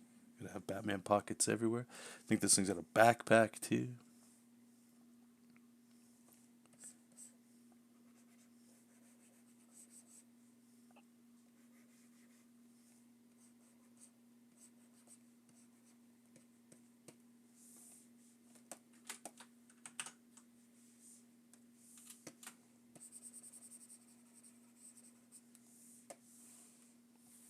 It went well. Definitely enjoying the warm reception and that people are getting books in hand. Right on. Did it start shipping now, or did it like? Sorry, I feel what's it called? Not in the loop of everything here. There's a lot to follow, but so it's totally wrapped up now. Like it's being shipped. Everybody's starting to get their books. And I'll ask you too, man, because you're here and we're in the same boat with this stuff. Have you considered or thought at all about crowdfunding your own book? Because I'm trying that this year too. We'll see how that goes. There's definitely some fear in that, man. Like I'm not quite sure. I got a lot of questions to ask people. More fear in terms of like just the unknown. So once I start figuring some of that out, we'll be all set. Lots of people are doing this stuff, right? It's not so unknown anymore with a lot of cats. Oh, it's shipping. Okay, cool. Oh, you have? Right on, man. That's interesting. So what's keeping you back from doing it? Is it just like the? And I mean, if this is too personal, that's cool too. But like I'm finding, and I'm fortunate for this too. And I'm not trying to badmouth this or make it sound disrespectful or anything. But like, especially when the world's changed the way it is now, and I'm having more time to draw, more people, and again, I'm glad for this, are reaching out with like, oh hey, can you draw stuff for me? You know, like commissions and stuff. So it's sort of like this balance of money is good, money is great, especially now when if you don't have a job or anything like that, got to keep that train going. So it's still the same loop as if you're working the day job, right? Like still can't find the time necessarily to go 100% into the thing. So it's still going to be a slow burn.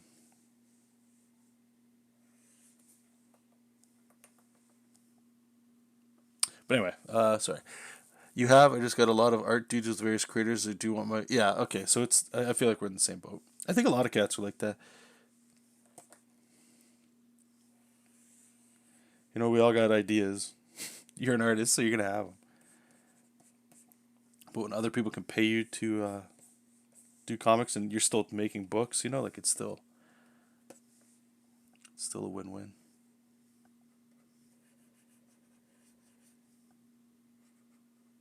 Yeah, that's what I was saying. Doing very. Yeah, I got you. Right on. All right. So this guy is there. The only thing we need is like a backpack or something. I'm just so the backpack it gets a little hairy here because it starts breaking up the silhouette of the character. Like I feel like there's a lot of really cool negative space here and here, but the backpack is like integral to this character. It's got like lots of things on it, and potions. We'll just bring it over there, something like that. And what I'll do is I'll just bring this down a bit. And like I said, this character in the artwork I didn't really care for it. But maybe we can just put like a super simple rock. Just to kind of go with the race.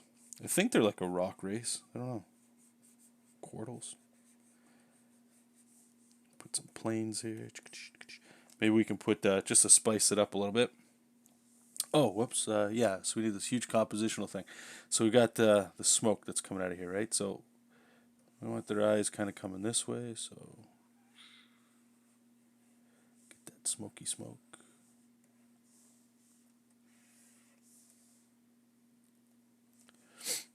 I think what we could do too is we'll put like little like I don't know what these are. I just call them like rock smokestacks. I don't even think this is real, but it's an easy way to kind of get some extra composition stuff in here just to puff out the bottom a little bit. Maybe. This might be a maybe. I'll put some question marks here. I don't know. We'll see. We'll see when we get to the line art. Okay. So all three of these boys are done. How much time we got? Okay, looks like we got about 30 minutes, and then we're wrapping up the stream for today. I think we're just going to jump in with this dude. I'll just group all this up here. Rough. Then we're going to do lines. Actually, let me get all the files prepped here so we can just jump in.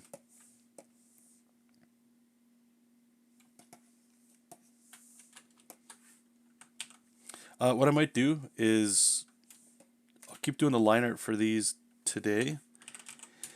And then tomorrow we'll be streaming around the same time, and maybe we'll ink and color. I don't know. We'll see how far I make it, because I want these done by tomorrow.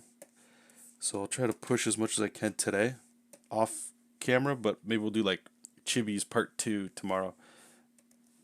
That way, those of you that are watching the recorded version, you want to go back and kind of see how these were done, they'll all be all set for you. Okay. Save that. Save that.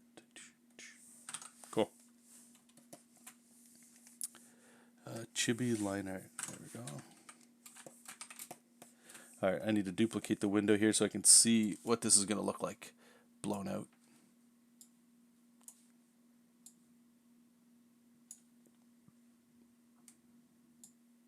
Go there.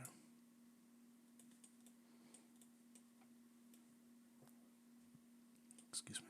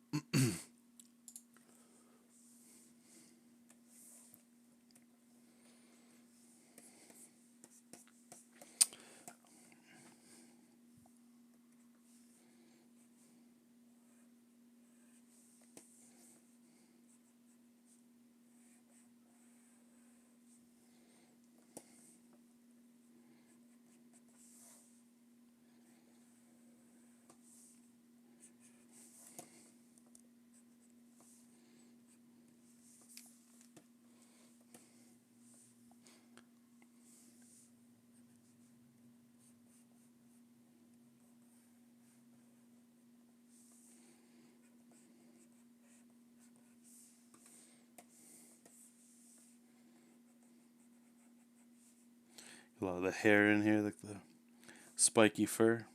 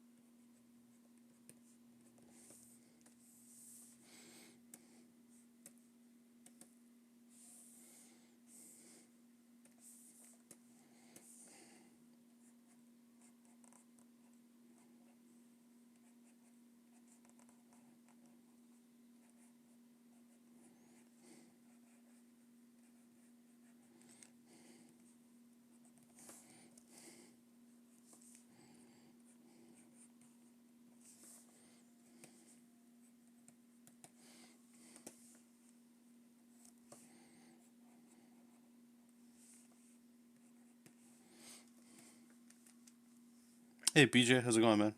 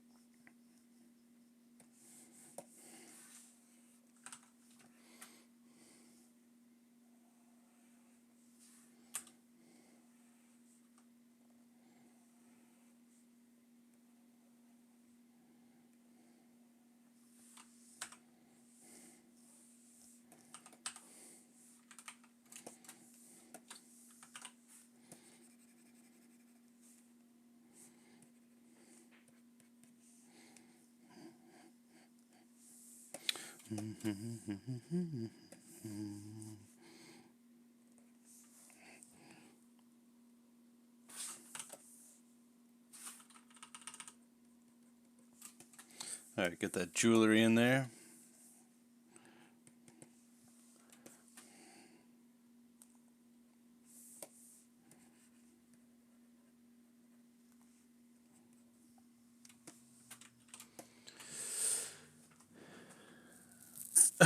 Peach. Yeah, man, you're coming in late, so here I'll give you a little preview. Okay, so we got the Mind Thief we're working on. That's the last three of the starters. So we already got the Brute, the Cragheart, Spell Weaver done. Mind Thief we got there. We're gonna have the Scoundrel, and all of these will be up, and the Tinkerer. All of these will be up. I'm pushing for the end of tomorrow on Etsy, maybe Wednesday at the latest.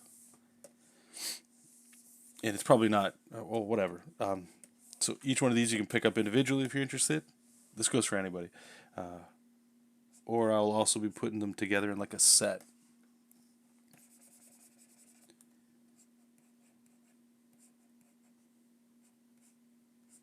I'm trying to figure out a way. I don't know how to do this just yet on Etsy. I'll have to maybe leave a comment for people to message me or something, because I know there's actually been quite a few people that have picked up the Gloomhaven stuff already, which has been awesome. And they might want the set, right? But you don't want to rebuy things. So we'll see. We'll figure it out. We'll get people set up.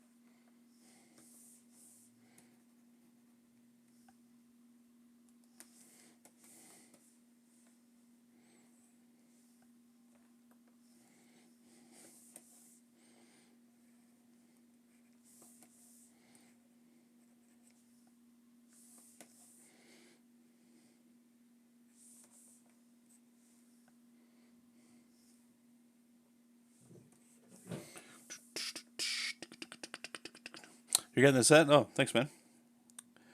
Appreciate it.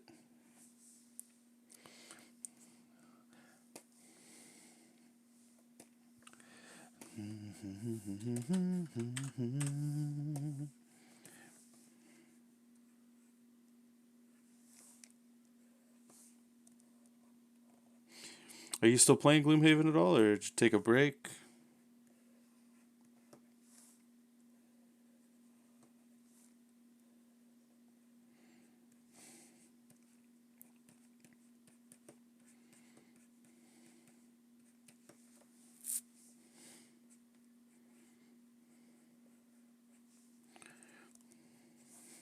Thinking of breaking it back out again after doing these.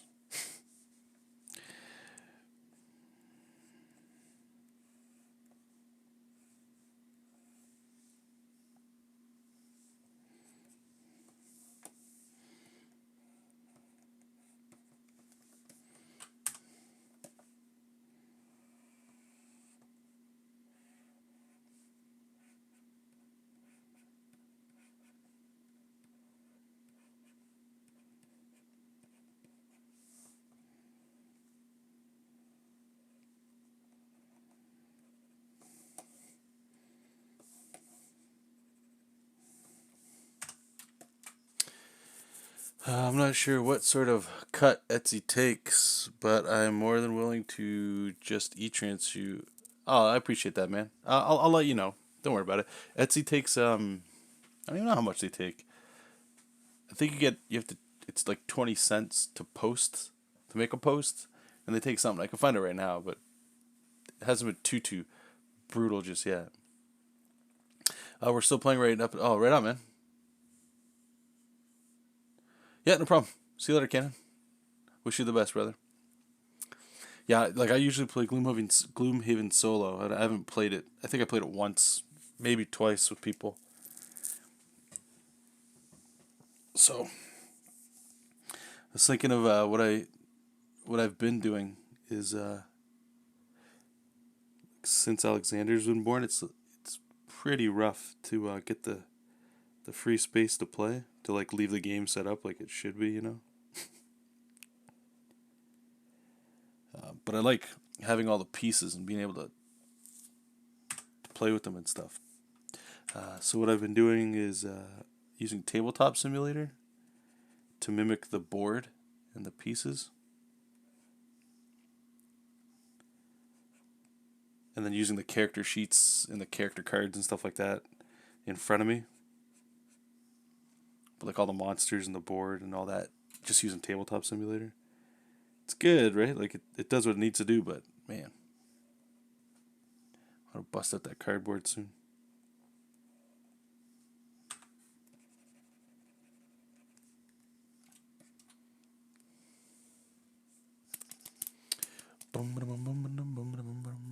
Mega oh yeah, man. Cannon is a good friend.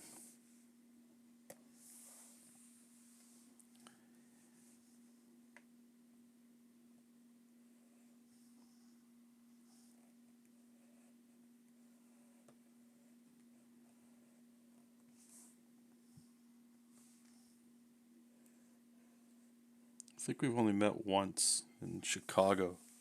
Man, many years ago.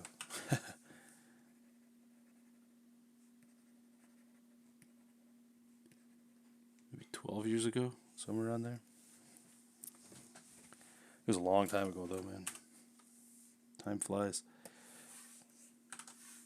Yeah, let's get this other ring here.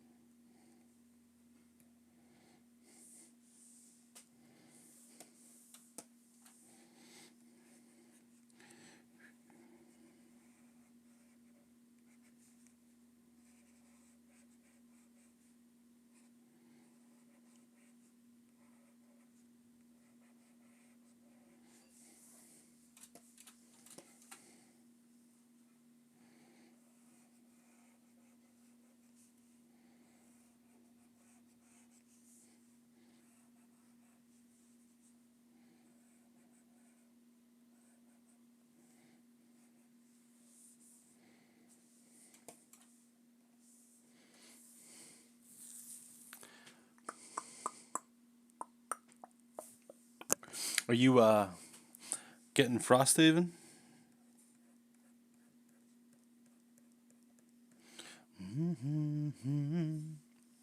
We gotta add a whole bunch of like ribbons and stuff in a second.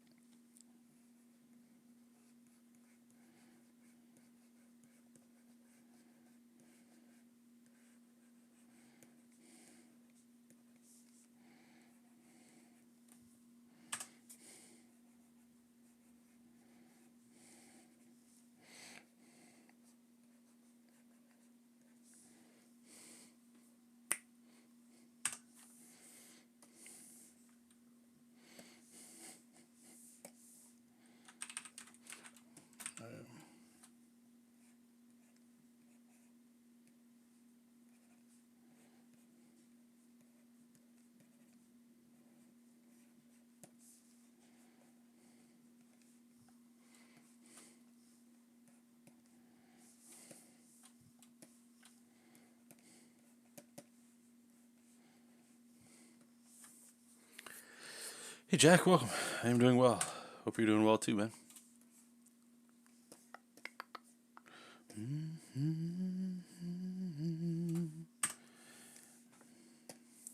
Alright, what do we got here?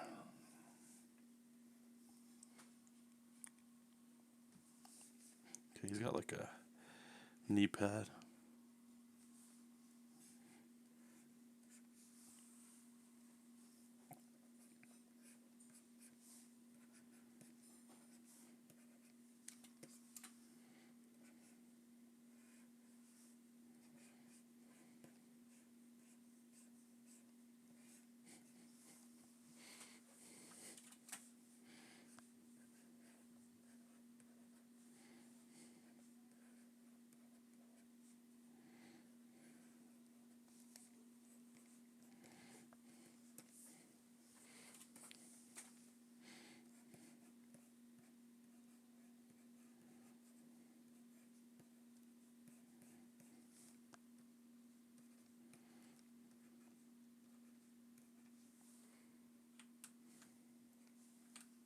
Something like that.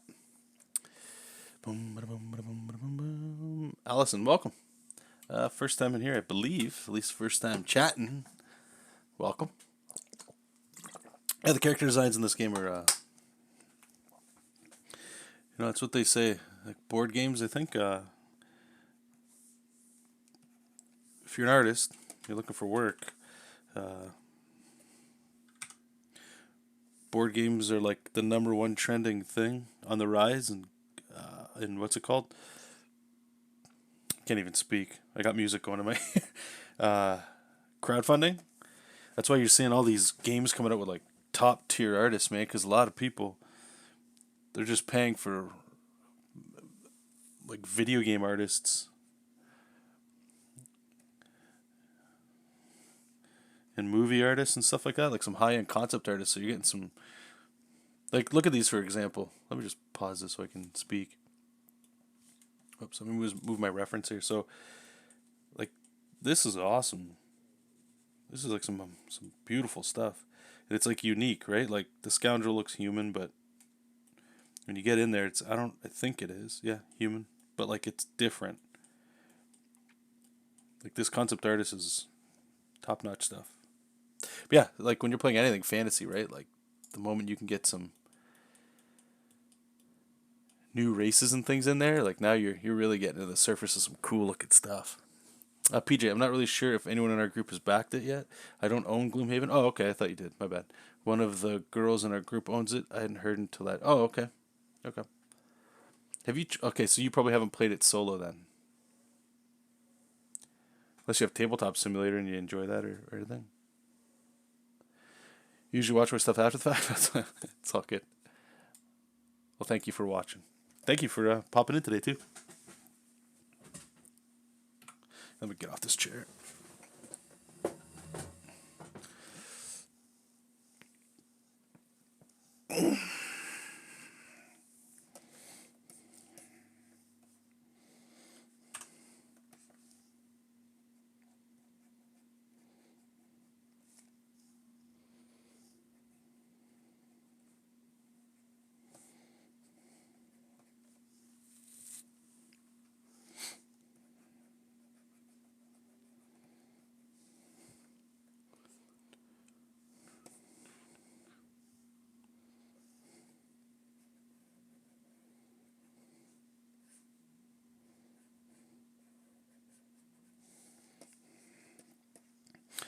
All right, let's get some of these baubles and stuff in there.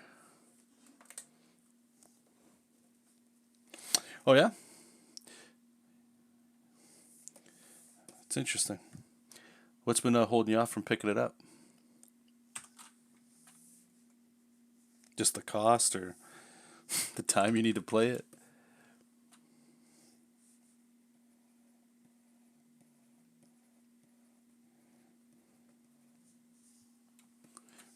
All of the above?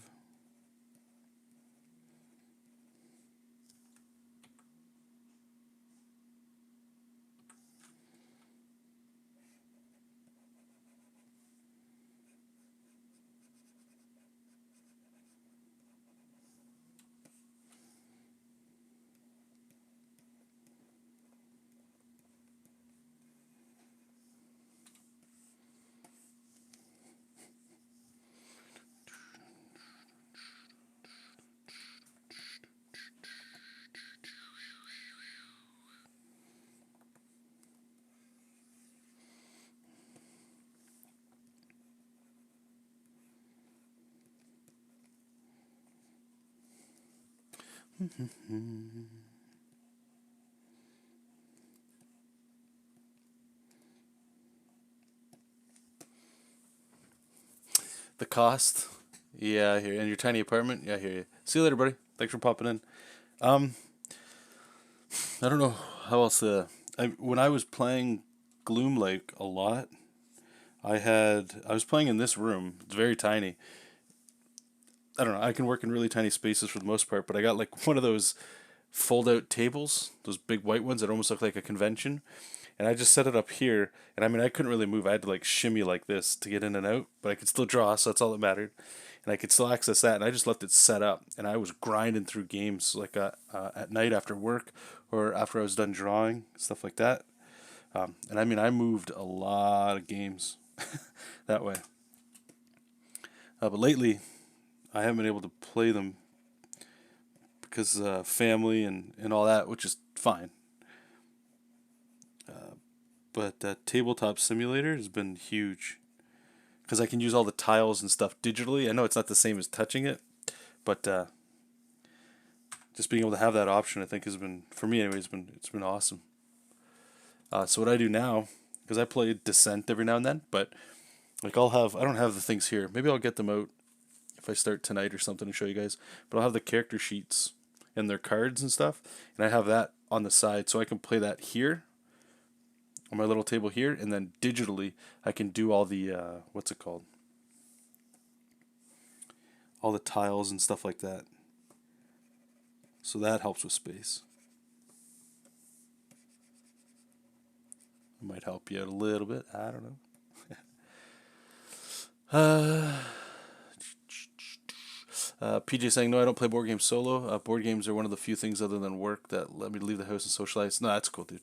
Jack, I saw the colored JESOP King on Facebook. It looks awesome. Consider hiring this guy. Can make your books look really great. Yeah, thanks, man. Chris is amazing. He's I don't think he'd consider himself a colorist. He does a lot of black and white work with like a touch of like that high contrast light source coming in. I think he's trying right now to learn a little bit more about coloring and all that. Yeah, no, he's a great guy too.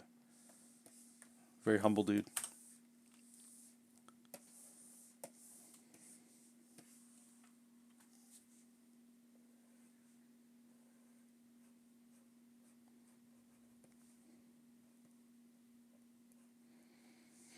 But as for hiring people, it's a catch-22. Like if we're doing the crowdfunding stuff, I could always include that in the cost to make the book, I guess, better.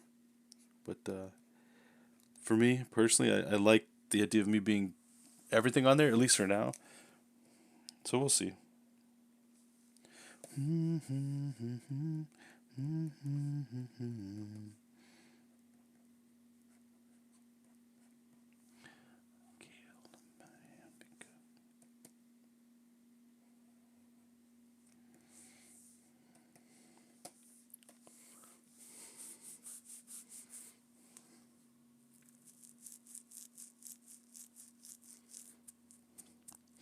The Plague Lord, yeah, they all look slick, man.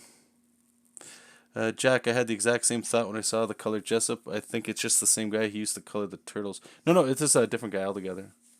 Here, I'll show you Chris's work, guys. Let's go on Instagram because I know that's where he's hot on there. Super, I always get his name wrong. Chris Jones, super artist, right here. This is him. Follow him, okay? I'll put his link in the chat. Boom, there you go. Yeah, check this out.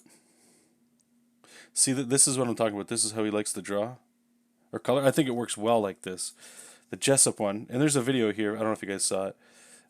You can see how he works. It's very similar, right? Just like you just color everything. What he does though is he's adding that very harsh, like rim light, like it's just getting blasted, and I love it. It's got to me, it has a very interesting look on its own. See like how it's gray, and you do that. I like that a lot.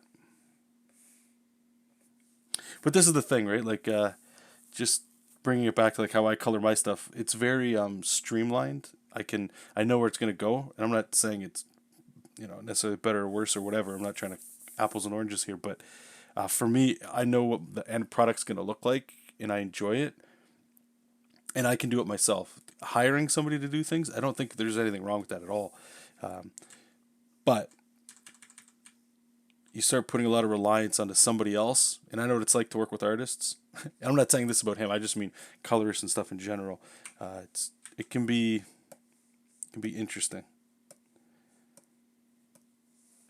but we'll see how it goes. Right, like right now, I'm doing all the inking and all that up till now.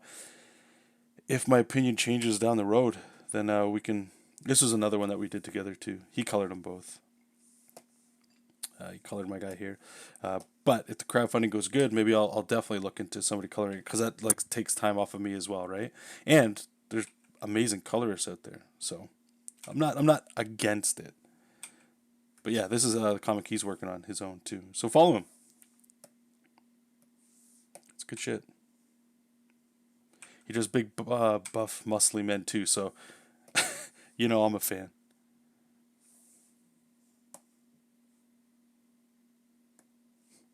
Anyway, give him a check out.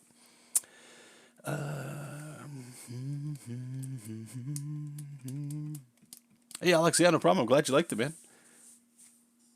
And I hope you and your family are well. Lawrence, thanks for keeping the content coming. I think more YouTubers would be active during these isolation days, but it seems they aren't creative as we think. Oh, well, I'll add this too, and I'm not doing this for sympathy or empathy or anything like that, because I like to be open with you guys. And the reason I like to be open is a lot of you are artists, if not all of you, and we're all kind of in the same boat in a lot of ways. So because of what's happened so far, like I've lost the day job, right? So that's the extra motivation to try to keep pumping stuff out, because it works in a lot of ways. You never know who's watching what you're watching, what work that could lead into. I'll tell you this, since being more active streaming, and this does make sense, but I've gotten a lot more work than I have in the last 6 months, I'd say, but that's in part because I'm actually doing what I should have been doing, which is reaching out and letting people know that I'm available for work or whatever. And like you're saying too, and I appreciate you bringing that up, is like I stopped streaming for a while too, and the main reason for that was I wasn't really creating stuff anymore. I was just maybe doing a pinup here and there, but like streaming and all that was it does take time. It's not hard, but it's not like it's what you make of it. That's all. And I was getting a little bit more comfortable than just going to work, coming home, and I'll say relaxing. But the cost of doing that, like, is evident now. Is when something like this happens, and nobody can really plan for this, right? But when something like this happens, what are you left with? Are you an artist? Do you create things, or are you just I don't know. Is it just a job? I don't know. I don't even know what I'm really trying to say, but I should have kept up with the streaming and stuff. You know, I think once Jessup King kind of, I don't want to say flopped, but didn't do what my initial outset was for it, like my intent. I sort of just started slipping back into comfortable things again. And sometimes you need that. I needed a little break too, you know. But one of the positive things that's happened from this, and I've heard other artists say this too, and I'm glad I'm not alone, is this is kind of like that push a lot of us needed. So yeah, I don't know. Maybe I just have a little extra motivation to be doing this stuff. Like my reason for it is a little bit more real. I can't just sit at home and collect a unemployment check and just be okay with that. I That's not how I don't function that way. I get real antsy and like I don't want to say skittish, but things get super real that way. I don't like leaving my finances to other people like that. It doesn't jive with me. I know some people they flourish in this kind of stuff where it's like finally you get a little break. You know, you can go do the things you guys want to do and all that. Not passing judgment on anybody, but I can't. I get very like, ew. I don't feel good about that stuff. So that's why we're getting more streams, and I'm finally trying. Even if whatever happens at the end of this, if I got a job to go back to, or if I got to go find work and all that, it's whatever, right? But that's why we're trying the crowdfunding thing. Not to be rich, not to make a whole shitload of cash. From what I hear, you don't make anything really, unless for some weird reason you just do gangbusters or something. And I'm not in, you know, like if that happens, great, but that's not what I'm hoping for. I'm just hoping what I do gets funded. And since I'm doing kind of like what you guys are kind of bringing up with hiring a colorist and all that, yeah, if it makes a lot and it saves me some time, I'll do it. But since I'm the one doing everything, the cost to get something funded is super low then, because all it is the cost of printing, right, and shipping. That's great. So if I can just start building off of that and getting momentum, that opens up new possibilities, right? Like it doesn't have to just be comic related. It could be anything. Like I got ideas for some board games through playing games like Gloomhaven and stuff. Card games too, right? So it just opens the door for options. And really, when you lose your job, right, that's what you want. You want options. And if you're an artist, I would highly recommend thinking this way. Right? It just allows for more opportunities to continue to draw for a living. Ideally.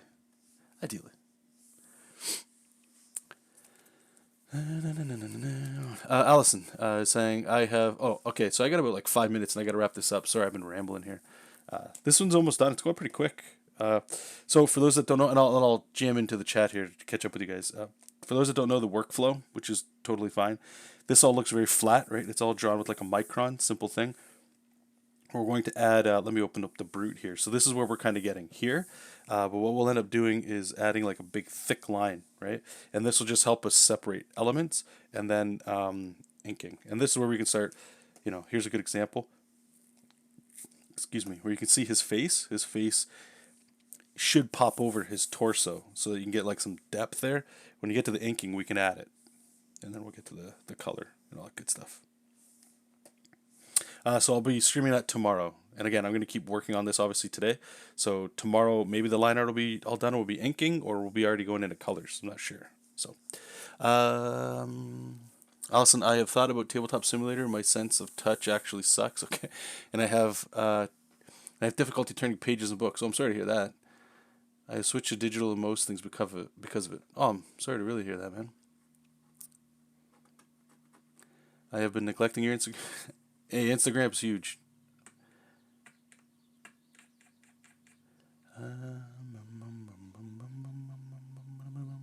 Well, good for you, Allison. Allison got their book out. That's great.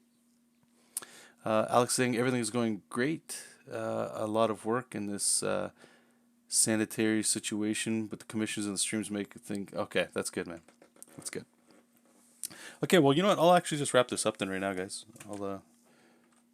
go see the family real quick. I just have to do some rats to put on there, and line art will be done. So there's the roughs again, and that's where we're at with the line art.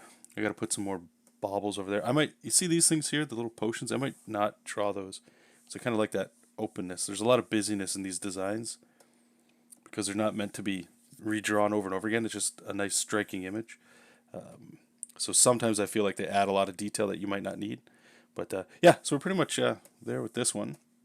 And I'll say thank you guys. Thank you everybody that popped in today. I really appreciate it. And if you're watching the recorded version, thank you so much. I appreciate you watching and leaving subscriptions and likes, comments, all that good stuff. Yeah, so tomorrow we will be working on the rest of these. And I'll just wrap this up too with a quick little plug if you guys don't mind. If you guys are interested in following me through your email and stuff, there's a link in the description below, or just go to, it's a bit.ly link, so bit.ly/jarmail, and that'll just take you right here.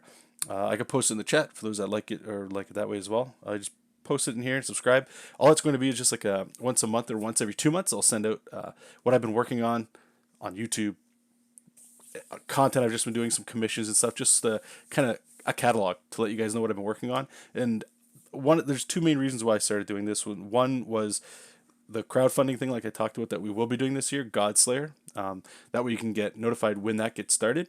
And we'll actually be making a landing page soon. And I just have to decide if we want to go Kickstarter or Indiegogo. I'm still not sure. I'm leaning more on Kickstarter side now, just with some stuff that I've been checking out. So if you guys want to follow there, you can too. And then the other side is more of just like if anything were to happen, or not happen in like a bad way, but if like Twitter were to shut down or YouTube or anything like that, and you guys still wanted to follow along with what I'm doing, there's that. And it's just another way that I can keep direct contact with people, as opposed to hoping you guys check out my Twitter post that I posted yesterday, or the YouTube video I just made, that kind of thing. So hopefully that helps you guys out. So anyway, thank you guys so much. Appreciate it. And like usual, keep reading comics, keep making comics, and I'll talk to you later. Bye-bye.